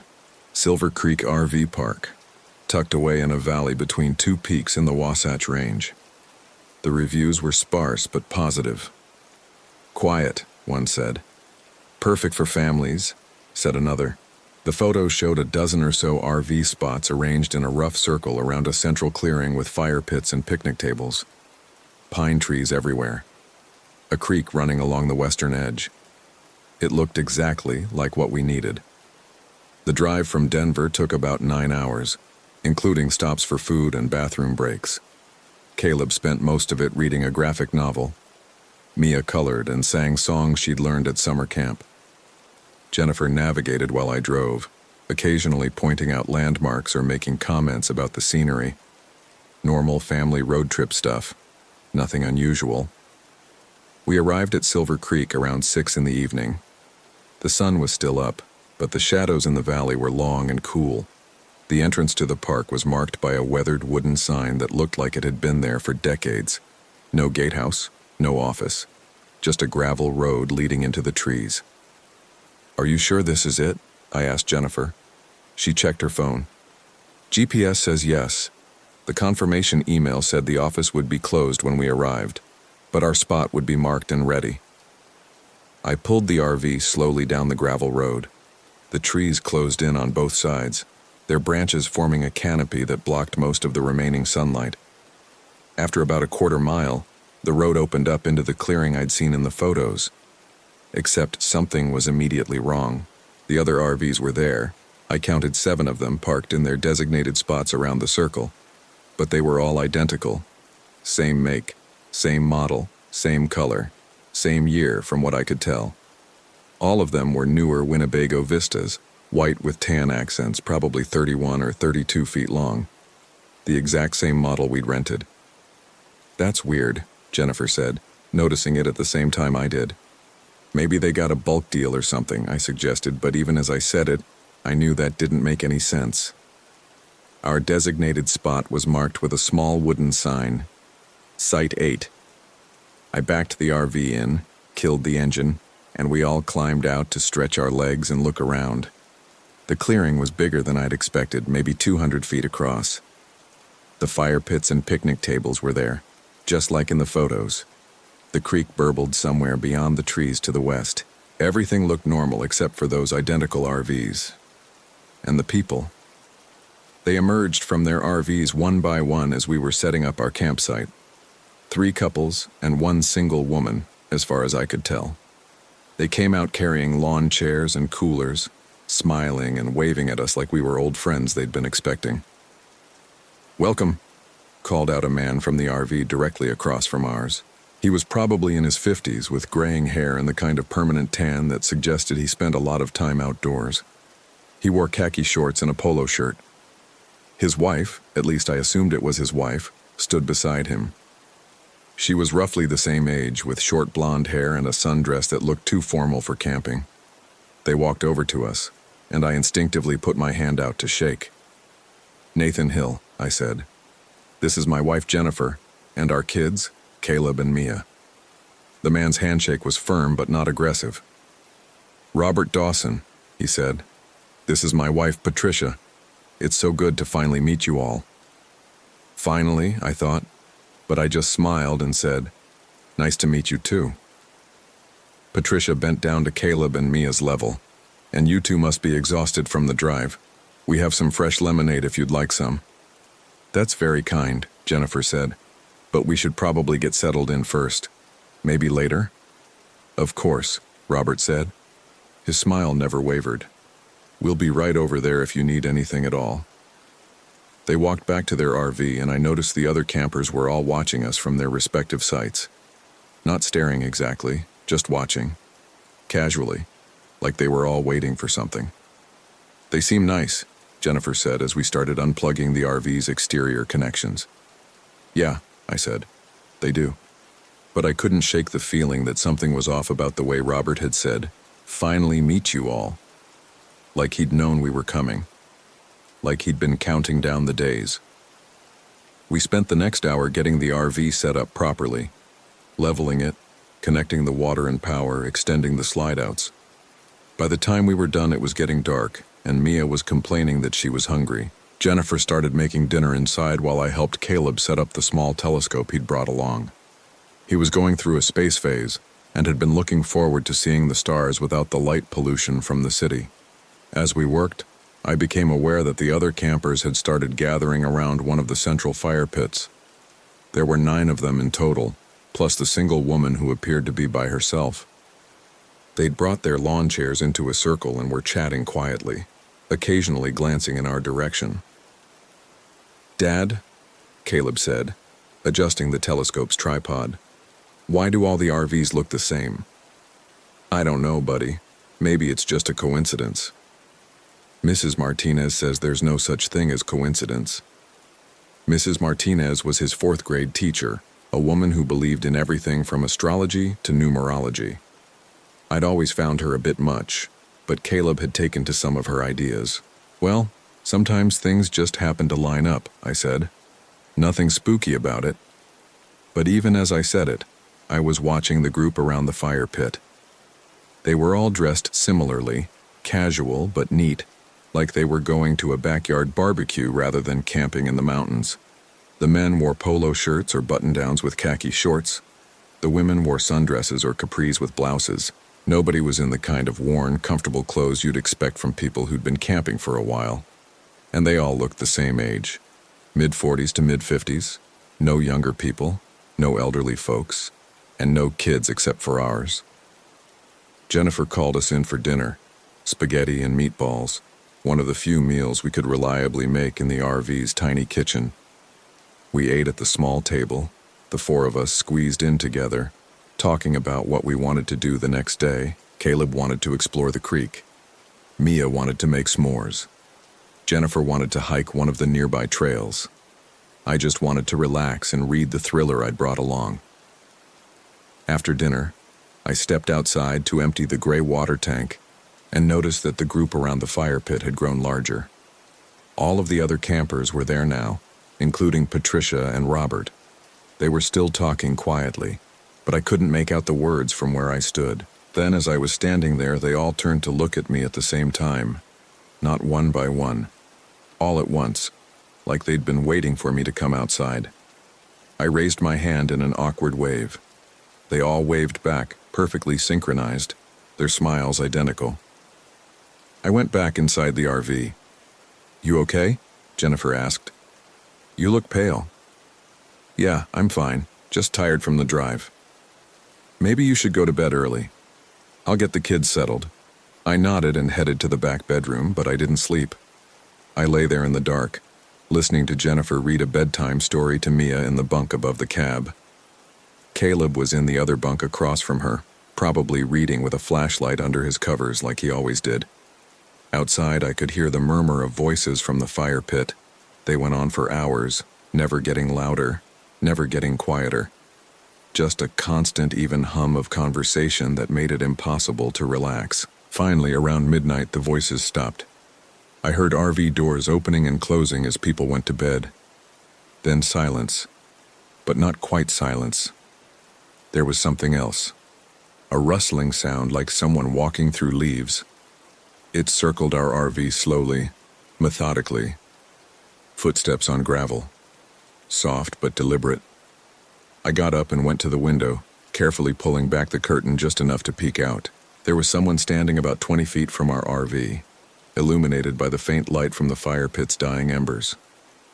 It was the single woman I'd noticed earlier. She was just standing there, facing our RV, her hands at her sides. I watched for maybe a minute, waiting for her to move or do something. She didn't. She just stood there, perfectly still, staring at our RV. Then, without any warning, she turned and walked back to her own RV in a straight line, her movements mechanical and precise. I let the curtain fall back and returned to bed, but I didn't sleep. Not really. I drifted in and out of a state somewhere between waking and dreaming, always aware of the RV around me, the sounds of Jennifer and the kids breathing, the occasional creak of settling metal. And once, just once, I heard something that might have been footsteps on the RV's roof. The next morning, I convinced myself that I'd been overtired and paranoid. The mountain air, the unfamiliar surroundings, the stress of the drive, all of it had combined to make me see things that weren't there. Jennifer made coffee and eggs while I checked the RV's exterior for any signs of damage or disturbance. Everything looked normal. The other campers were starting to emerge from their RVs, stretching and yawning like normal people on a normal camping trip. Robert and Patricia were the first to approach us after breakfast. "We're planning a little group hike this morning," Robert said. "There's a trail that leads up to a waterfall about 2 miles from here. We thought you and your family might like to join us." Jennifer looked at me. I could see she was interested, but she was also picking up on the same weird vibe I was getting from these people. "That sounds nice," I said carefully, "but we were thinking of exploring on our own today." Getting our bearings. Robert's smile didn't change, but something flickered behind his eyes. Disappointment? Annoyance? Of course, he said. There's plenty of time. We'll be here all week. We always are. You come here often? Jennifer asked. Every September, Patricia said. Same week, same spot. We've been doing it for years now. It's become a tradition. All of you? I asked, gesturing to the other campers. All of us, Robert confirmed. We're like a family here, and now you're part of it too. Before I could respond to that, Caleb came bounding out of the RV with his backpack. Dad, can we go look at the creek? Sure, buddy. Let me grab my shoes. Robert and Patricia took the hint and returned to their RV, but I could feel them watching us as we walked toward the trees that bordered the western edge of the clearing. The creek was wider than I'd expected, maybe 15 feet across, with clear water rushing over smooth stones. Caleb immediately started looking for interesting rocks while Mia tried to spot fish. Jennifer and I stood on the bank, enjoying the relative privacy. This place is weird, Jennifer said quietly, making sure the kids couldn't hear. Yeah, I noticed. Did you see how they all have the same RVs and how they all dress the same? And how there are no other kids? Maybe it's some kind of club, I suggested, like a camping group for empty nesters or something. Then why did they seem so excited about us being here? Why did Robert say they'd been expecting us? I didn't have an answer for that. We spent the morning by the creek, letting the kids play while we kept an eye out for anything unusual. But everything seemed normal. The water was cold and clean. Birds chirped in the trees. Sunlight filtered through the canopy in dappled patterns. Around noon, we headed back to the clearing for lunch. The other campers were all gathered around the fire pit again, and this time they waved us over before we could escape into our RV. Please join us, called out a woman I hadn't been introduced to yet. She was holding a platter of sandwiches. We made plenty. Jennifer and I exchanged glances. It would be rude to refuse, and besides, the sandwiches did look good. Sure, I said. Thanks. They'd set up a whole spread on the picnic tables. Sandwiches, potato salad, chips, cookies, and lemonade. It was more food than 9 people could reasonably eat, like they'd been planning for a larger group. As we sat down, the introductions began. Besides Robert and Patricia, there was Michael and Susan, a couple who claimed they were both accountants. There was James and Linda, who said they were teachers. The single woman was named Margaret, and she worked in real estate. Everyone was friendly and polite, asking us questions about where we were from and what we did for work, but the questions felt rehearsed, like they already knew the answers and were just going through the motions. At one point, Michael leaned across the table and said to me, "You work in software, right? Middle management?" I froze. "How did you know that?" He blinked, and for just a second his smile faltered. You must have mentioned it when you arrived yesterday." I didn't. The table went quiet. Everyone was looking at Michael, then at me, then back at Michael. "Well," he said, recovering, "Patricia must have mentioned it. You told her, right?" I hadn't told Patricia anything about my job. In fact, I'd barely spoken to her beyond the initial greeting. "Yeah," I said slowly. "I must have." The conversation resumed, but the mood had shifted. Jennifer's hand found mine under the table and squeezed hard. After lunch, I made an excuse about needing to fix something on the RV, and we extracted ourselves from the group. As soon as we were inside with the door closed, Jennifer turned to me. "We need to leave." "I know." "I'm serious, Nathan. This isn't right. These people know things about us they shouldn't know. Maybe someone did a background check or something. Maybe they Googled us before we arrived. Why would they do that?" I didn't have an answer. Caleb and Mia were in the back, oblivious to our concern, arguing over whose turn it was to choose the movie for afternoon quiet time. I envied them their ignorance. "Let's give it one more day," I said. "If anything else weird happens, we'll pack up tomorrow morning and find another campsite." Jennifer didn't look happy about it, but she nodded. That afternoon I tried to read my thriller, but I couldn't focus. I kept glancing out the window at the other campers. They'd dispersed back to their individual RVs, but every now and then I'd see one of them emerge, look directly at our RV for a few seconds, then go back inside. Around 4, Robert knocked on our door. "Sorry to bother you," he said when I opened it, "but we're planning a bonfire tonight. We thought it would be nice for the whole group to get together. We do it every year on the second night." "Thanks," I said, "but I think we're going to have a quiet night in. The kids are tired." Robert's expression didn't change, but his voice took on a harder edge. "It's tradition. We really do hope you'll join us." "We'll think about it," I said, and closed the door before he could argue. Through the window, I watched him stand there for a moment, staring at the closed door before finally walking away. "We're leaving first thing tomorrow," I told Jennifer. She didn't argue. We made dinner, got the kids ready for bed early, and settled in for the night. I was determined to leave at dawn before the others were up, before they could try to stop us or convince us to stay. But around 9, there was another knock at the door. I looked out the window first this time. All 9 of the other campers were standing outside our RV, arranged in a semicircle. They were holding candles, the flames casting strange shadows across their faces. "Nathan," Robert called out, "we need to talk to you. It's important." "Not interested," I called back. "You don't understand. You're supposed to be here. It's why we've been waiting." "Waiting for what?" "For you. For your family. It has to be a family. That's always been the rule." I turned to Jennifer. She'd gone pale and was already pulling Mia close. Caleb had come out of his bunk and was standing in the hallway looking scared. "Dad, what's happening?" "Nothing, buddy. Just some weird people. Get your sister and go to the back bedroom. Lock the door." He nodded and took Mia's hand, leading her away. I turned back to the window. The campers were still standing there, waiting patiently. "We're not interested in whatever you're doing," I said through the door. "We're leaving in the morning." "You can't leave," Patricia said. Her voice was calm, almost soothing. "You agreed to come here. You signed the contract." "What contract? We just rented a campsite."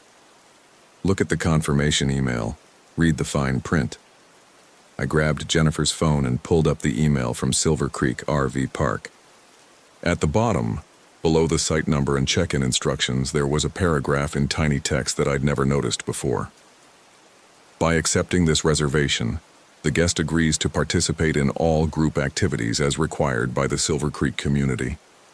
Failure to participate may result in penalties as outlined in Section 47 of the Silver Creek Charter. All decisions made by the community are final and binding." "What the hell is this?" I muttered. "It's your agreement," Robert said. He must have heard me through the door. "You're part of the community now, just like we all are. I didn't agree to anything." "But you did. You came here. You accepted the reservation. That's all we needed." I looked around the RV, trying to think. We couldn't just drive out. They were blocking the only exit, and even if I could maneuver around them, I'd probably hit someone. I could call the police, but we were in the middle of nowhere, and by the time anyone arrived, who knew what could happen? "What do you want from us?" Jennifer asked, her voice shaking. There was a long pause. Then Margaret, the single woman, stepped forward. "We want you to understand," she said. "We want you to accept your place. Every year we come here. Every year we wait for the new family. And when they arrive, we welcome them. We share everything with them, our knowledge, our purpose, our responsibility." "Responsibility for what?" "For keeping this place alive. For feeding it. For giving it what it needs." I felt my blood run cold. "We're not feeding anything," I said. "You don't have a choice," Robert said. "None of us did. We were all like you once. We came here thinking it was just a camping trip, but Silver Creek chose us. And now it's chosen you." The candles flickered in unison, as if responding to his words. "Here's what's going to happen," Robert continued. "Tonight you're going to join us at the bonfire. We're going to explain everything, and tomorrow when the sun rises, you'll understand. You'll see what we've seen. You'll know what we know. And then you'll become part of us. Part of the community." "And if we refuse?" Robert's smile finally faltered. The valley doesn't like refusal. As if to punctuate his words, the ground beneath the RV shuddered. It was subtle, just a slight tremor, but enough to make the dishes rattle in the cabinets. "It's not an earthquake," Patricia said, reading my thoughts. "It's Silver Creek, it's waking up." Another tremor, stronger this time. The RV rocked slightly on its suspension. From the back bedroom, I heard Mia start to cry. "Stop it," I said. "Whatever you're doing, stop it." "We're not doing anything," Margaret said. "The valley is. It knows you're resisting. It doesn't like that." The tremors continued, growing stronger. Books fell from shelves. The water in our glasses sloshed over the edges. Jennifer grabbed onto the counter to steady herself. "Fine," I said. "Fine, we'll come to your bonfire. Just make it stop." Immediately, the tremors ceased. The RV settled back into stillness, as if nothing had happened. "Excellent," Robert said. "We'll see you in 10 minutes." The 9 of them turned and walked away, their candles still burning despite the fact that there was no wind. Jennifer looked at me with pure terror in her eyes. "We can't go out there. I don't think we have a choice." "There's always a choice. We'll barricade ourselves in. We'll wait until morning and make a run for it." "And if the tremors come back? What if they get worse? What if the whole RV tips over with the kids inside?" She didn't have an answer for that. I went to the back bedroom and unlocked the door.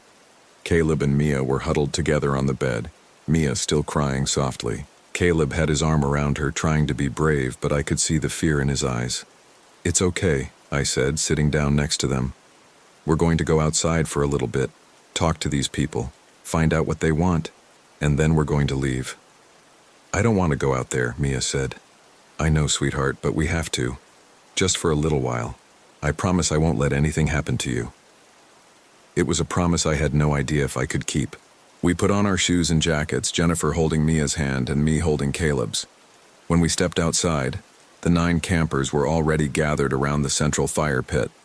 The bonfire was enormous, maybe 10 feet high, the flames dancing wildly despite the still air. They'd arranged logs around the fire in a circle, and as we approached, they gestured for us to sit. We took our places, the 4 of us huddled together on one log while the others spread out around us. "Thank you for joining us," Robert said, standing in front of the fire so that his shadow stretched long and distorted behind him. "We know this is difficult. We remember how hard it was for us when we first learned the truth." "What truth?" Jennifer asked. Robert gestured to the valley around us, the mountains rising on either side, the creek burbling in the darkness beyond the trees. "Silver Creek isn't just a place," he said. "It's alive, conscious, ancient. It's been here long before humans walked these mountains, and it will be here long after we're gone. But it needs something from us. It needs our energy, our fear, our sacrifice." "Sacrifice?" I said. "What kind of sacrifice?"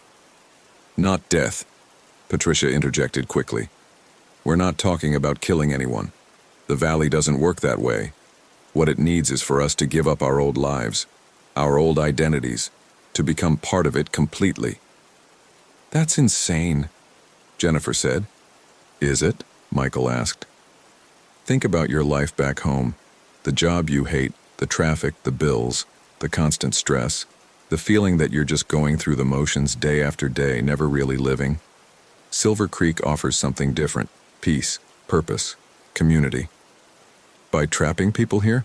I said. "Not trapping," Linda corrected. "Welcoming. We all came here voluntarily, just like you. And once we understood what was being offered, we chose to stay. Every September," James added, "we come back. We spend a week here, renewing our connection to the valley, strengthening the bond. And we wait for the new family. The valley needs new energy every year, someone who hasn't been initiated yet, someone who can bring fresh life to the community." I looked around at their faces, illuminated by the firelight. They all had the same expression, serene, certain, completely convinced of the rightness of what they were saying. They were either all insane or telling the truth. I wasn't sure which possibility was worse. "What happens if we say no?" I asked. The fire suddenly surged higher, the flames reaching toward the sky. Everyone flinched back except Robert, who stood perfectly still. "The valley will be disappointed," he said. "And when the valley is disappointed, bad things happen. People get lost in the woods and never come out. Accidents occur. RVs mysteriously catch fire. Children wander off and can't remember who they are." It was a threat, barely disguised. "But it doesn't have to be that way," Margaret said, her voice gentle. "If you just open yourselves to the experience, you'll see. Tomorrow morning at dawn, we're going to perform the initiation ceremony. It's simple, really. You'll just need to walk with us to a special place in the valley, drink from the creek, and speak the words we teach you. After that, you'll be one of us. You'll understand everything, and you'll be free." "Free to do what?" Jennifer asked. "Free to live the life you were meant to live," Patricia said. "Connected to something greater than yourself. Part of a community that will never abandon you or judge you. Where every September you come back here to this beautiful place and remember what it means to truly be alive." Mia was shaking in Jennifer's arms. Caleb had gone very still and quiet beside me. I could feel my heart pounding in my chest, my mind racing through possibilities, trying to find a way out of this situation that didn't end in disaster. "Can we think about it?" I asked. "Of course," Robert said. "You have until dawn. That's when the ceremony must take place. If you're not ready by then, well..." He trailed off, letting the implications hang in the air. The fire began to die down, as if responding to some unspoken command. The campers stood up one by one and started walking back to their RVs. "Get some sleep," Patricia said as she passed us. "Tomorrow is going to be a big day." We sat there by the dying fire for a few more minutes, none of us speaking. Finally, Caleb said, "Dad, I'm scared." "Me too, buddy." "What are we going to do?" I looked at Jennifer. Her face was set in the expression I'd seen before, determination mixed with terror. She was thinking the same thing I was. "We're leaving," I said. "Right now. We're going to go back to the RV, pack up as fast as we can, and drive out of here before dawn." "What if they try to stop us?" Jennifer asked. "Then I'll drive through them if I have to." We hurried back to the RV and started throwing things into bags. We didn't bother with organization or care. We just grabbed clothes, toiletries, food, anything we might need, and shoved it into whatever container was nearby. The kids helped, moving quickly and quietly, understanding without being told that speed was essential. It took us maybe 20 minutes to get packed. I started the RV's engine, praying it would turn over on the first try. It did, rumbling to life with a reassuring vibration. But as I put the vehicle in gear and started to pull forward, headlights blazed to life all around us. The other 8 RVs had all started their engines simultaneously, and they were blocking every possible exit from the clearing. "Damn it," I muttered. Robert appeared in front of our RV, illuminated by our headlights. He was holding up his hands in a stopping gesture. I pressed down on the horn, long and loud, hoping to intimidate him into moving. He didn't budge. "Nathan," his voice came through on the RV's CB radio, which I didn't remember turning on. "You're making this harder than it needs to be. Just accept it. Accept what's being offered." "Move your RV," I said into the CB. "I can't do that. None of us can. We have our responsibilities to the valley. If you try to leave, you'll force us to take more drastic measures." "Like what?" "Like showing you what happens to people who refuse the valley's gift." The passenger door of Robert's RV opened, and someone stepped out. At first I thought it was another member of their group, but as the figure moved into the light, I realized it was wrong. The proportions were off. The movements were too jerky, too mechanical. It was a person, or had been once. But something had happened to them. Their skin had a grayish tint, and their eyes were completely white, with no pupils. They moved like a puppet on strings, limbs bending at angles that shouldn't be possible. "This is what happened to the last family who tried to leave," Robert said through the CB. "The father made it about 5 miles down the mountain before the valley caught up with him. By the time we found him, he was already like this. Changed, hollowed out. The valley took everything that made him human and left just the shell." Jennifer grabbed my arm, her nails digging into my skin. The thing that had been a person opened its mouth and made a sound. Not words, just a low, keening wail that made my skin crawl. "It gets worse," Robert continued. "His wife and children are still out there somewhere. We hear them sometimes at night crying in the trees, but they're not human anymore. Not really, the valley has them now. Completely." "This is insane," I said. "You're all insane." "Are we? Or are we just the only ones honest enough to admit what we've seen? You felt it, Nathan, when the ground shook, when the fire surged. You know there's something here, something real, something powerful. The question is, are you going to accept it, or are you going to fight it and end up like him?" He gestured to the gray-skinned thing standing beside his RV. I looked at Jennifer. She was crying now, silently, tears streaming down her face. In the back, I could hear Mia whimpering. We were trapped. Completely and utterly trapped. "What exactly does the initiation involve?" I asked finally, hating myself for even considering it. "Nothing painful." Patricia's voice came through the CB from a different RV. "You walk with us to the sacred place at the head of the valley. You drink from the creek. You speak the words. And then you're one of us. The valley will recognize you as part of the community. You'll be protected. Safe. And when you leave at the end of the week, you'll go back to your normal life with just one small obligation. Come back every September, that's all." "And we'll be like you?" Jennifer asked. "You'll be better than you are now. More connected, more aware, more alive." I wanted to believe it was a trick, a con, some elaborate prank.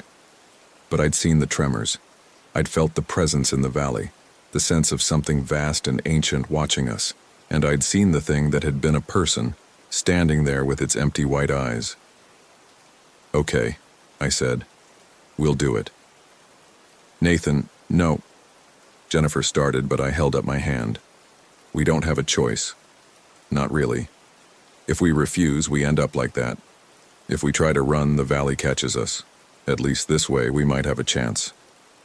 She didn't argue, but I could see the betrayal in her eyes. I was giving up, surrendering, taking the easy way out.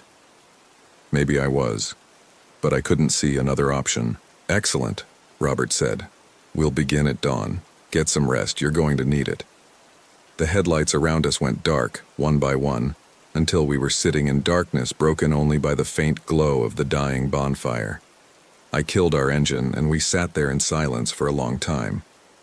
Finally, Caleb said, "Dad, are we going to be okay?" I wanted to tell him yes. I wanted to promise that everything would be fine, that this was all just a weird misunderstanding, that we'd laugh about it someday. But I couldn't lie to him. "I don't know, buddy. I really don't know." We didn't sleep that night. How could we? We sat together in the main cabin of the RV, watching the sky slowly lighten through the windows, waiting for dawn. Around 5:30, there was a knock at the door. Robert, of course. "It's time," he said. We put on our shoes and followed him out into the gray pre-dawn light. The other campers were already gathered, forming a line that led toward the eastern edge of the clearing, where the valley narrowed and the trees grew thick. Margaret handed each of us a small cup filled with water from the creek. "Drink this now," she said. "It will help you be more receptive to what's about to happen."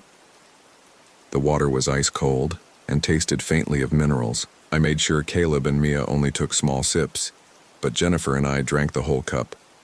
If something was going to happen to us, we wanted to be the ones it happened to, not our children. We walked. The path was narrow and winding, leading up into the mountains. The trees closed in on either side, their branches forming a canopy overhead that blocked out most of the emerging sunlight. I kept Caleb's hand in mine, and Jennifer kept hold of Mia. Behind us, I could hear the other campers following, their footsteps perfectly synchronized. After maybe 20 minutes of climbing, we emerged into a small clearing. In the center was a pool of water, fed by a waterfall that cascaded down from the rocks above. The water was crystal clear, and in the center of the pool was a flat stone, like a natural altar. "This is the heart of the valley," Robert said, his voice taking on an almost reverent tone. "This is where the valley speaks to us, where it chooses us." He gestured for us to approach the pool. Jennifer and I exchanged one last look, a mixture of fear and resignation and desperate hope that maybe, somehow, this would all turn out okay. We walked forward.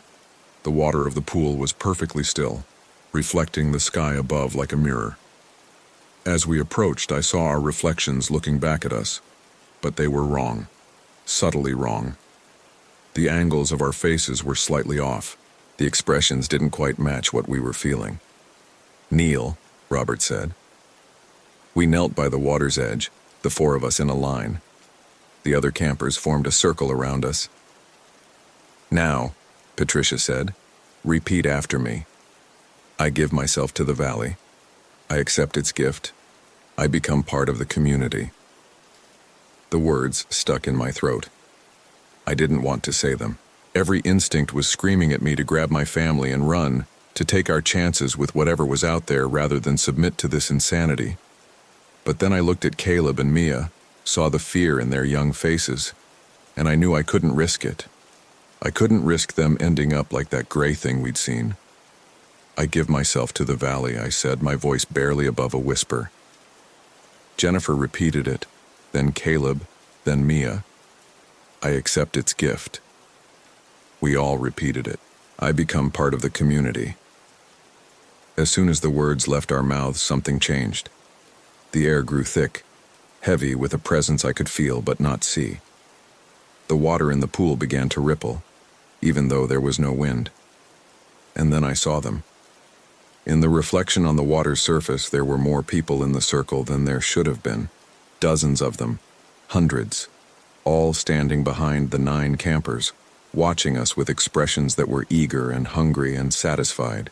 "Welcome," they all said in unison, their voices overlapping into a single sound that resonated in my chest. "Welcome to Silver Creek." The sun finally rose above the mountains, and light flooded the clearing. The extra figures in the water vanished, leaving only our reflections. Still wrong, still off, but undeniably us. Robert helped us to our feet. "How do you feel?" I took inventory of my body, my mind. I felt the same. Tired, scared, confused. "I feel fine," I said. "Good. That's good. The connection takes time to fully develop. By the end of the week, you'll start to understand. You'll start to feel what we feel." We walked back down the trail to the clearing. The morning sun was warm on our skin. Birds were singing in the trees. Everything looked normal and beautiful and peaceful. But I knew better now. That was 3 days ago. We're still here at Silver Creek. The other campers, I guess I should say the other members of the community, have been friendly and helpful, showing us around the valley, teaching us about the history of the place, explaining the rhythms and rituals we're expected to follow when we return each September.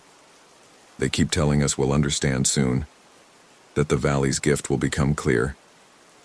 But I don't feel any different. Neither does Jennifer. We've talked about it late at night when the kids are asleep, and we both agree, whatever they think happened during that ceremony, it didn't work on us. Unless it did, and we just don't realize it yet. That's the worst part. The uncertainty. The not knowing if we're still ourselves or if something subtle has changed that we can't perceive. Are we thinking our own thoughts, or are they being shaped by whatever presence lives in this valley? The kids seem okay. Caleb has stopped asking when we're leaving. Mia has been playing with a small group of birds that seem to follow her around the campsite. That's normal, right? Birds do that sometimes. Right? I'm writing this down because I need to remember. I need to have a record of what happened in case I forget. In case the valley does something to my memory, my perception. We're supposed to leave tomorrow morning. We'll pack up the RV and drive back to Denver and return to our normal lives. We'll go back to work, take the kids to school, pay our bills, do all the regular things that regular people do. And next September, we'll come back here. That's what Robert says. That's what they all say. We'll feel the pull, the need to return, and we won't be able to resist it. Maybe they're right. Or maybe we'll fight it. Maybe we'll find a way to break whatever connection was made during that ceremony. Maybe we'll never think about Silver Creek again. But I doubt it, because late last night, after everyone else had gone to sleep, I went outside to look at the stars. And I saw something in the trees at the edge of the clearing. A figure, standing perfectly still, watching our RV. It was me. I was looking at myself, standing among the trees 30 feet away. Same face, same posture, same clothes. It raised one hand in a slow wave. I waved back. Then I went inside the RV and locked the door and didn't come back out until morning. I told myself it was a dream, a hallucination, the stress of the past few days catching up with me. But I know better. The valley has us now. It gave us back to ourselves, but it kept something, a piece, a reflection, a shadow. And I think that when we leave tomorrow, something will be coming with us. Riding along in the RV, invisible and patient, waiting for September to come around again so it can lead us back here. To Silver Creek. To home. My name is Nathan Hill, and I don't know if I'm still me anymore. But I had to write this down while I still could, while the words are still mine. If you're reading this, if you ever get an invitation to camp at Silver Creek RV Park in the Wasatch Mountains, don't go. Don't sign the contract. Don't drink from the creek. And whatever you do, don't look too closely at your reflection in still water. You might not like what looks back. We're leaving tomorrow morning, I think.